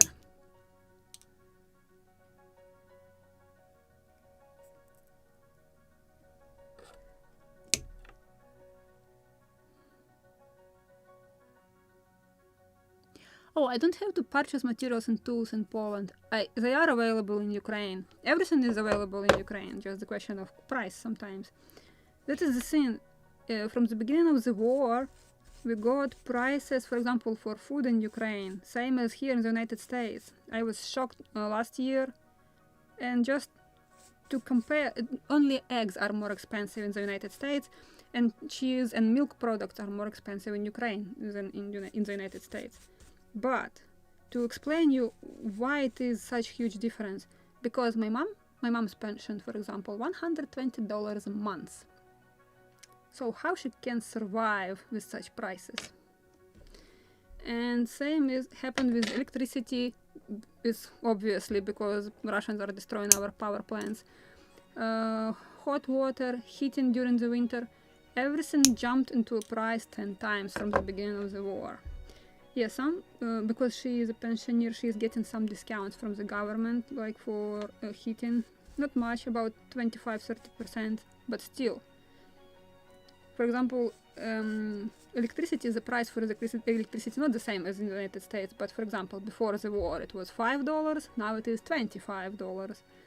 And with her pension $120, it's almost 1/4 of her income. And when she will pay all the bills, she just have nothing for food. And this is the reality. But of course, my mom just refused to get that, because lots of European countries are sending sort of help, just food for such unsecured people. But my mom refused to go and get some packages with food, like, I have you, you will feed me. I can't grab that box with food. What if somebody else really needs it? So yes, and she's right, I will feed her. I will not let her starve. So, but this is the truth. At the moment in Ukraine, literally it's apocalypse, but people are trying to work, to send their children to schools like nothing happened. The only difference is that in between usual stuff like going to the offices, sending children to school, people have air raids and they have to hide. In the moment the air raid is screaming around, people should find at least 2 walls to hide or go to the bomb shelter. And people also are so tired of it that every time when the air raid is screaming, people just ignoring it. And of course, when it is already notifications that the squadron of airplanes are in the air and there is a possibility of ballistics, people are going to the bomb shelters and metro stations. But of course, for ballistics, it's 2-3 minutes maximum. Not everybody can reach bomb shelter in such short time. So is my mom. She's mostly just sitting behind 2 walls in the main corridor in the building with apartment. And of course, the building will not survive. It will be direct hit of missile or ballistics. But if it is just drones, she has enough time to jump out if something happened like this. Okay, my camera decided to tell me that it is time to finish the live stream. 2 hours. Today the camera did a good job. Only in 2 hours decided to disconnect itself. So yes, just trying to say that to the regular stuff, which were regular for people to go to work, to go send children to school, they are getting this additional troubles, air raids, and Russian drones. Sometimes when I'm, well, actually not sometimes, always when I'm sitting here and I'm reading news, because I have all these Telegram canals like where every drone is flying, and I'm just texting my mom, where are you? It's in our district, go hide. And my mom like, I'm so tired, I can't hear anything, it's far from us, I will stay on my couch. And yes, she is hiding only when she can hear the engine of drone or how anti-aircraft system is working, since she is hiding. But because of also these new drones, jet fighters, they're flying very fast, like all that jet fighters, really, just you don't have time to hide even from that drone. So with all this, people are still trying to continue doing everything what they were doing before the war. Or you can see quite often after the massive attack on Kiev, for example, all the stores, magazines, hairdressers, they are working even if just a few hours ago the drone fell around their area and their stores and shops are without windows and glasses. They continue working because this is something what they are usually doing. Just doesn't matter that they are without windows at the moment. And this is what makes just you're just become proud of your country. Like this is people which can stand against Russians, and this is the only nation maybe which can stand against them. Because we will continue working, we are getting wounds, but we will continue doing what we are doing usually. And when I'm in Ukraine, I'm not that scared and afraid. Okay, air raid, I have to go and hide. But when I'm here, I'm trying to check where is my mom. And where all my relatives, if they are safe or not. Don't know if I mentioned before, I think I did, because I was just frustrated one episode with a gunboat when the drone fell on the yard, my aunt's yard. And just by pure miracle, she hasn't gotten any single scratch because she was far on the opposite corner of the building. Yeah, her house got damaged without windows. Corner of the roof was damaged and corner of the house, but she was in the opposite corner of this or of her home, and that's how she was absolutely without any single scratch. And because usually she is staying awake quite late, that evening she decided to go to bed earlier, and that is what saved her.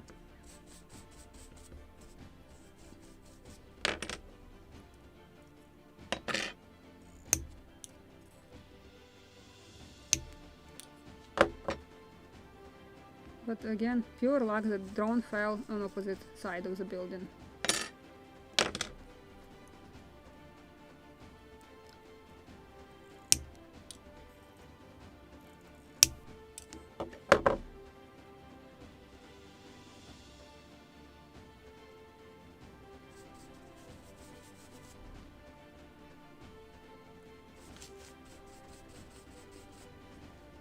I think I have somewhere around 25-ish more nails, or double nails, so another 50 nails I will cut.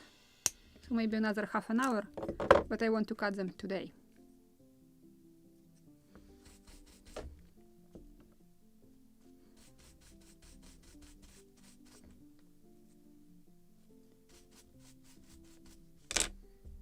And just also to warn you that when I will be in Ukraine, if sometimes I will not appear for the live stream, don't worry, it just can be the lack of electricity or internet connection. So everything is possible. But I usually have mobile internet, so at least I will post a note on the wall of the channel if I don't have any connections or internet or something.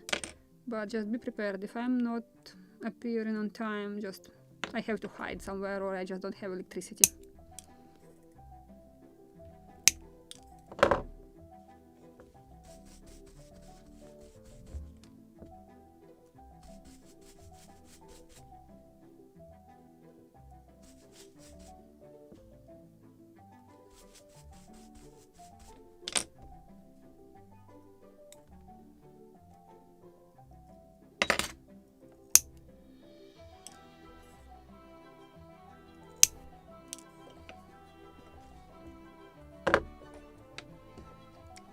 Where is my tweezers?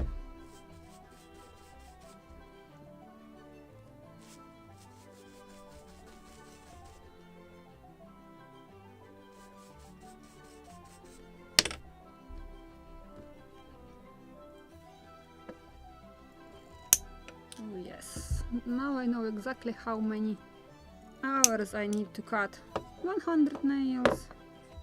Why it taking me so long?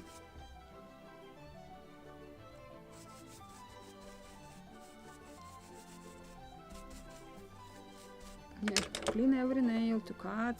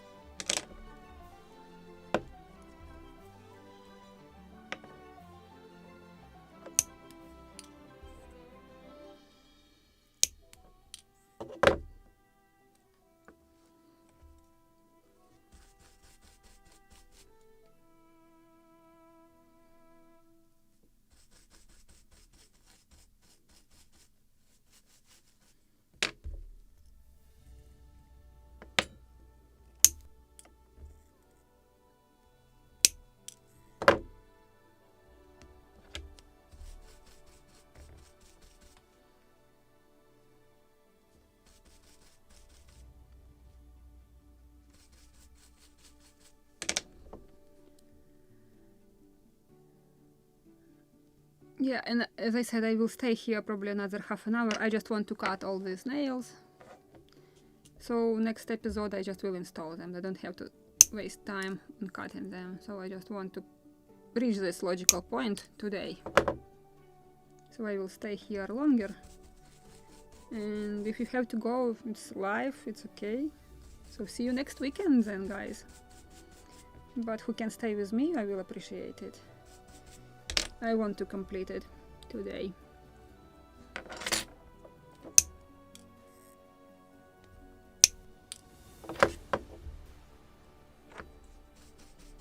Because alternative to the nails, I have to go and tie knots on the boreas, frigate boreas, red lines.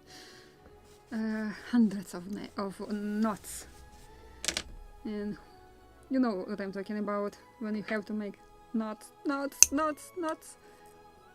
And it's really a lot there of work to do.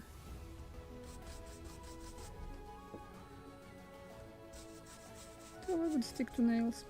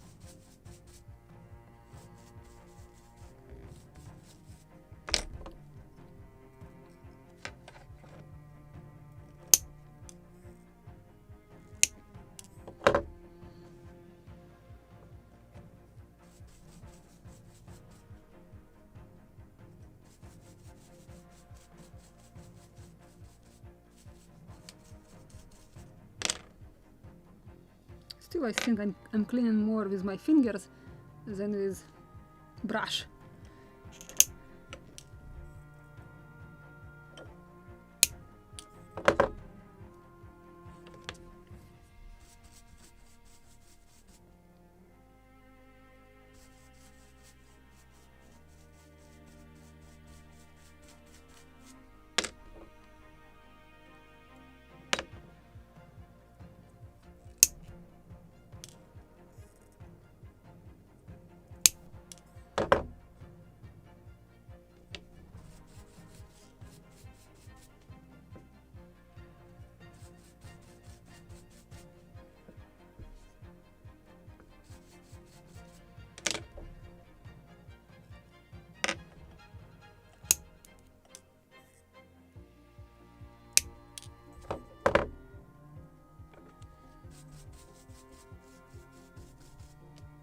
Actually, I like all this metal work, like to make chain plates, each chain. For example, on the Mayflower, I have to make them because in the kit there is a just chain. It's like 100 years too early for the chain, so definitely have to make it.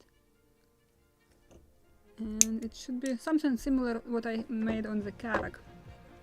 Should be such chains, long, elongated. Three of them, I believe it was, 3 parts. So this is something that should be on the Mayflower, not just a chain. It appeared much later, like I said, about 1 century later.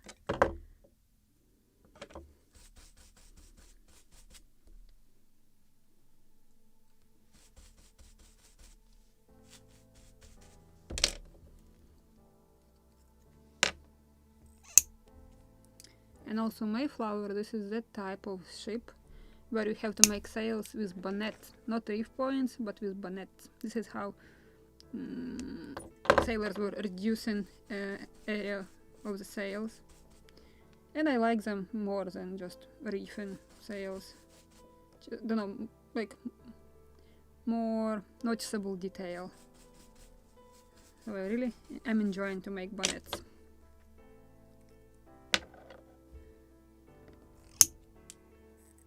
And also rigging is more interesting. It's different from 17th century, 18th century specifically. Oh, from 18th and 19th century, different from 17th century. And just really that older or the earlier period I like enjoyed more, like Galleon period, Caracks. This is my favorite. The less we know about this period, the more interested I am in it, of course. Maybe I will build one day Mary Rose.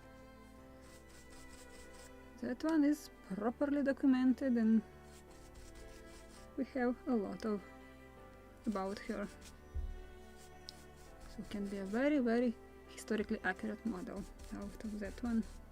And there is a kit, I believe, of the Mary Rose Caldercraft or Vanguard, I don't remember, Caldercraft, I believe. But definitely there is one kit at least of the Mary Rose, wooden kit I mean.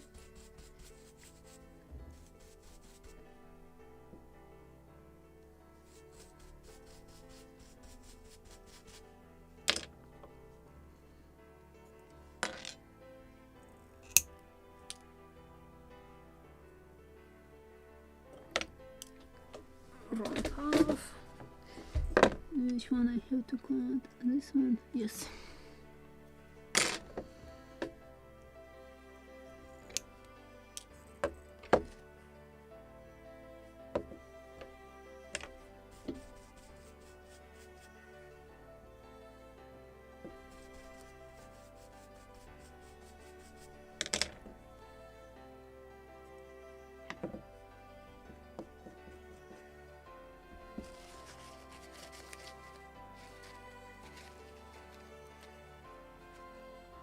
Maybe with paper towel I can cut it, or I can clean it better. Just grab them like this and clean it.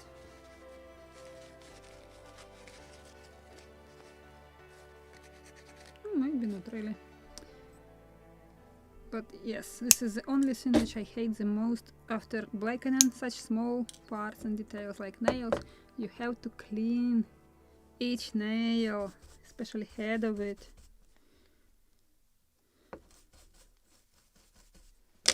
And it takes a lot of time.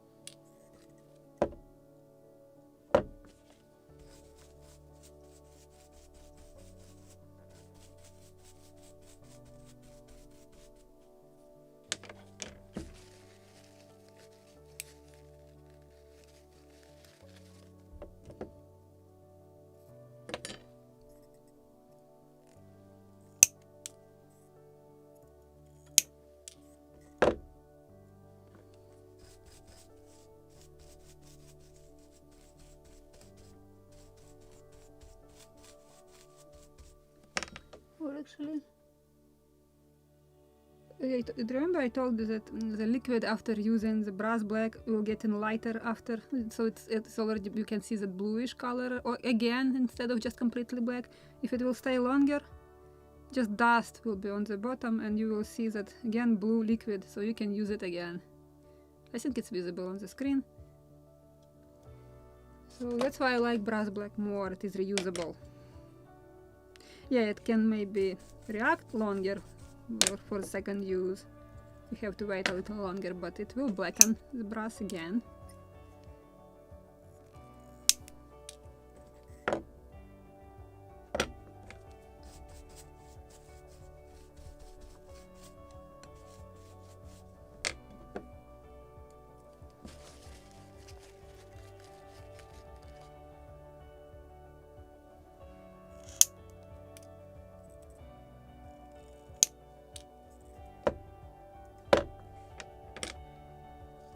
We'll move on the cleaner piece of paper towel.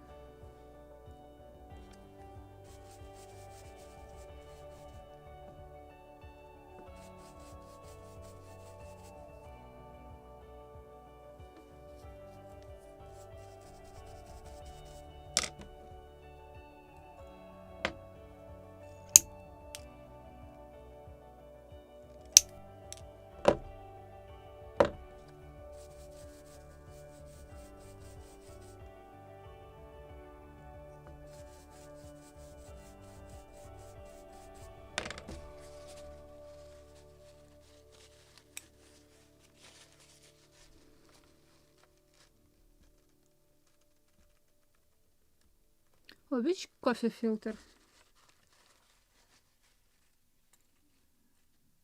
I'm just making coffee in this, such jar when you are putting water in the lower part, then in the middle you have such cup for coffee, and it steams and goes up.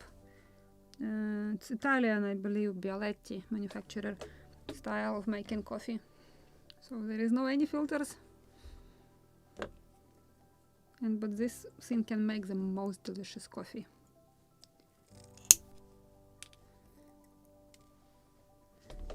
Where I dropped it? To drop a nail somewhere.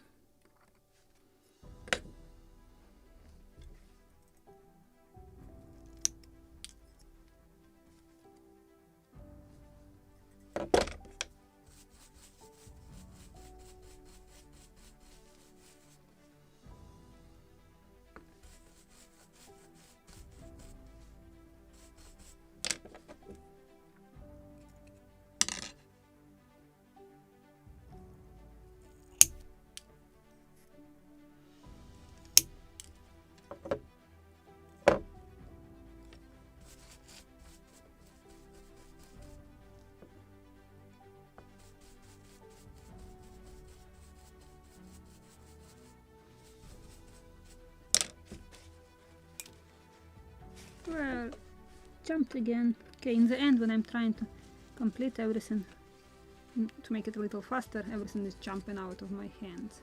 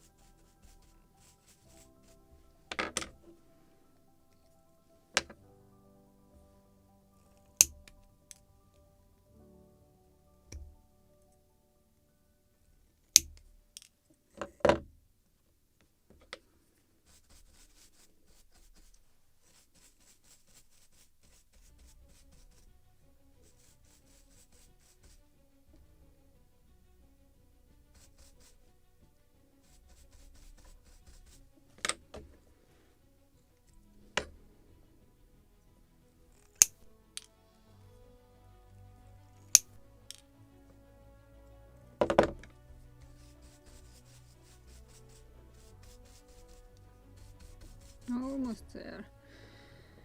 Almost.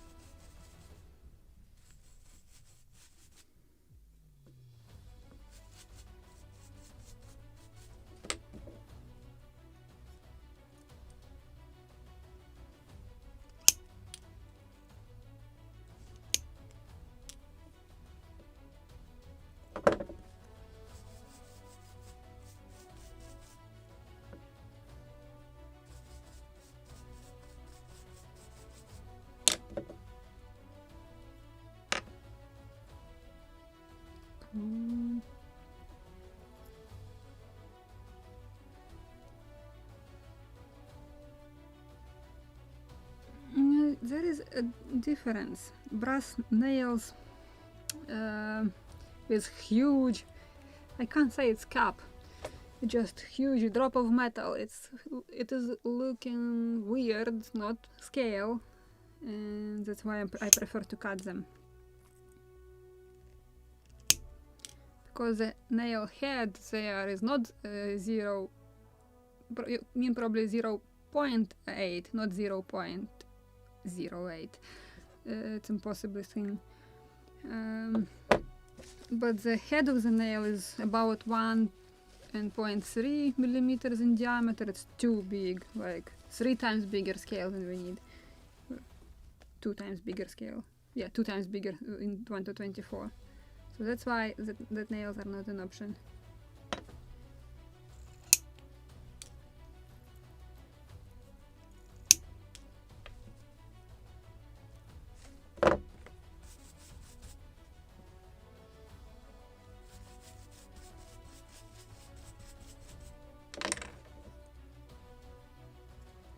I think I have these brass nails which you are talking about. Yes. So let me show you the difference. Let me show you this difference. So this is, let me clean this one so I can take it in my hands just to show you.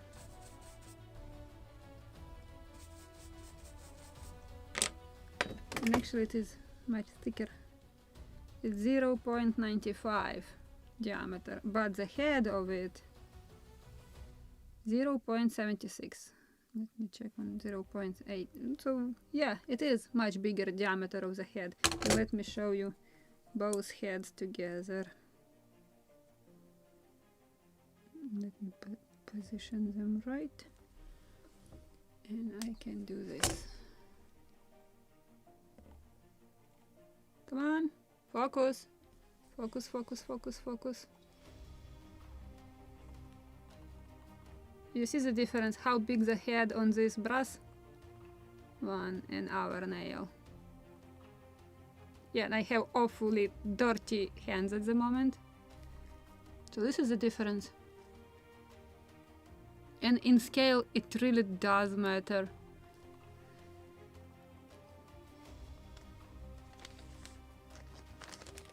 Even for 1 to 24, it is too big.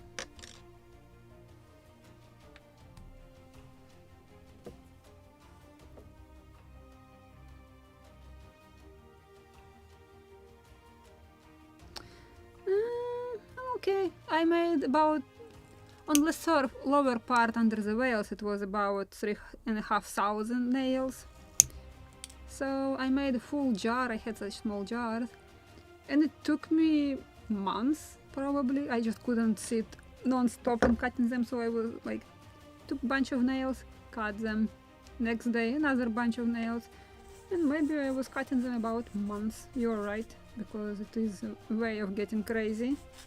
But when I installed them on the clinker planking real nails, oh yes, imitation with putty, it was worth of all the time I spent for cutting the nails. You can check it on my channel, French Cutter Le Surf, and it was something like how to make brass nails, the title, or Le Surf making nails, or making brass nails, something like that.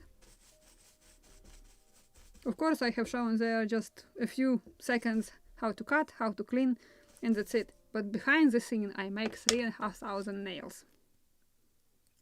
So now you know how long exactly it takes to make them.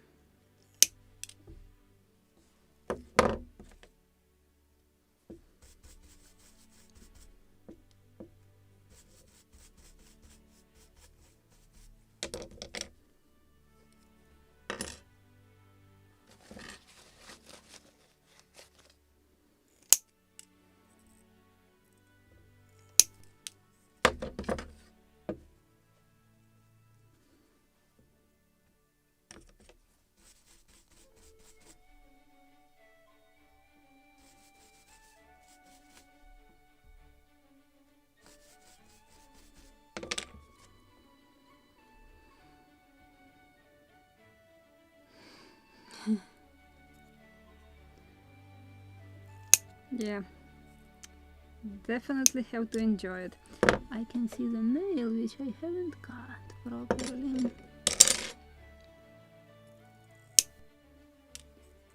The last one, big one, and I have another 12 nails, small ones to cut. But did it! We have metal spikes for whales.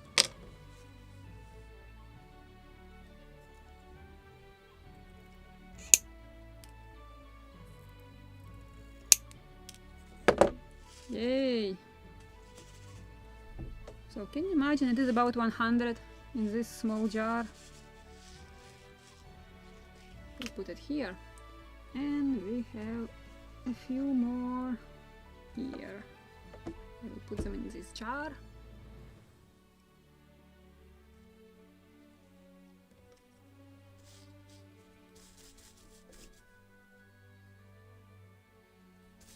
Yeah, this small nails I blackened with a different liquid.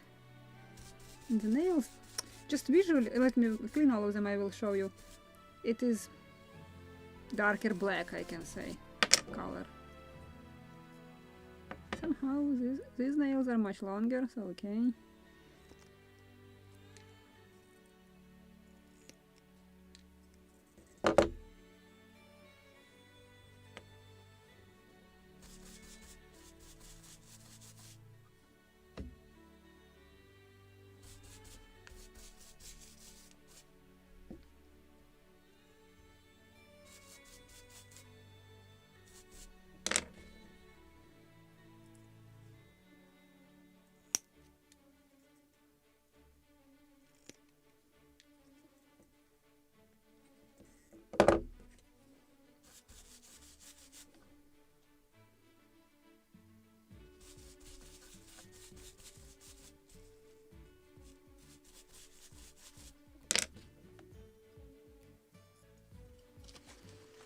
Maybe to clean the cup, it's better to use paper towel.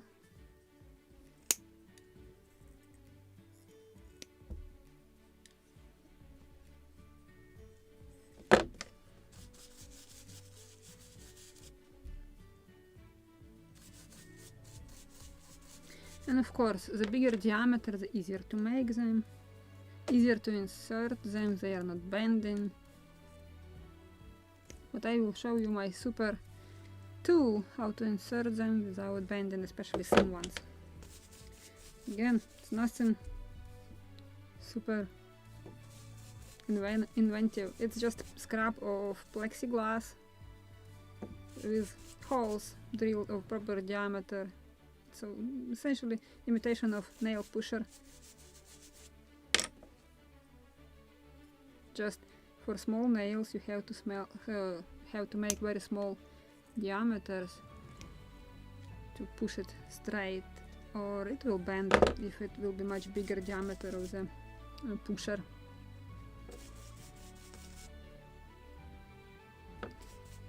For bigger diameters you can install it just with installing them with cutters, for example, but for small nails, as the majority of nails should be on the Gunboat Philadelphia, you have to make some sort of nail pusher.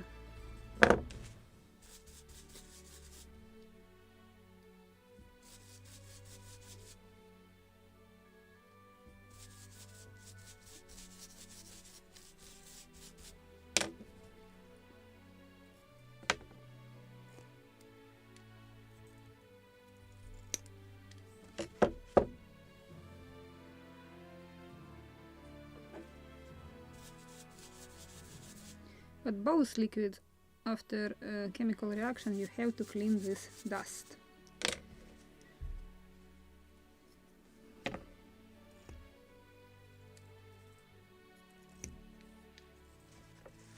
Three more nails.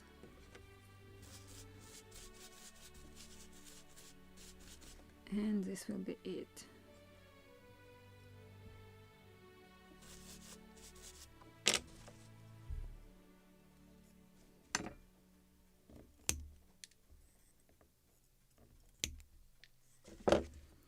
Two.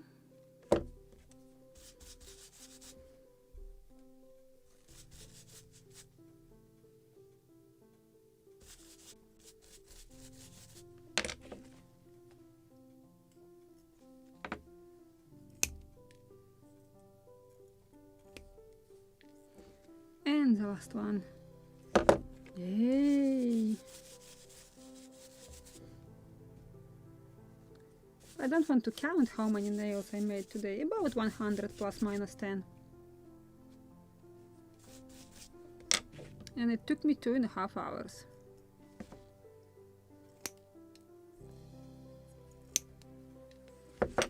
So this is today's result. I can show it in one hand like this. This is what was done today. 2 cups. So yep, very productive day, I believe.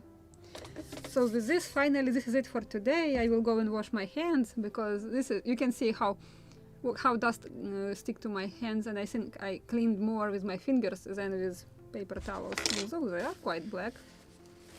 But yeah, this is the side effect of using brass black or the jacks pewter black, but is it?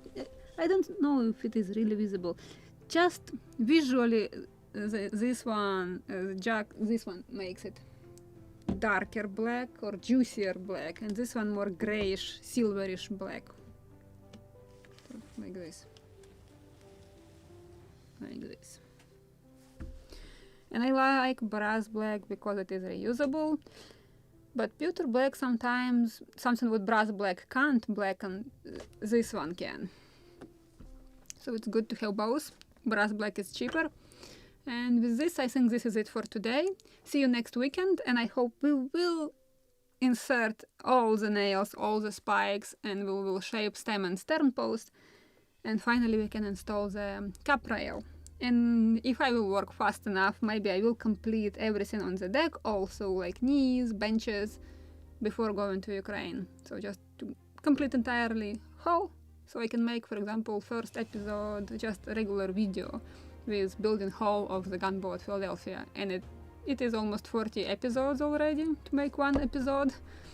And on average it was 2 hours, so 80 hours of work for one episode, which you usually are watching. You are usually watching my videos, they are on average 60 hours. Some of them are longer if it is a few weeks. Like, for example, with red lines, I'm already sitting 3 weeks with them, but I will show you 20 minutes video only. So this is what is happening behind the scenes. So on the live streams you can see how long it takes. Not that 20 minutes on the usual video. So with this, I wish you nice rest of the day or evening, depends from which part of the world you are watching, and see you next week. Have a nice week. Bye guys.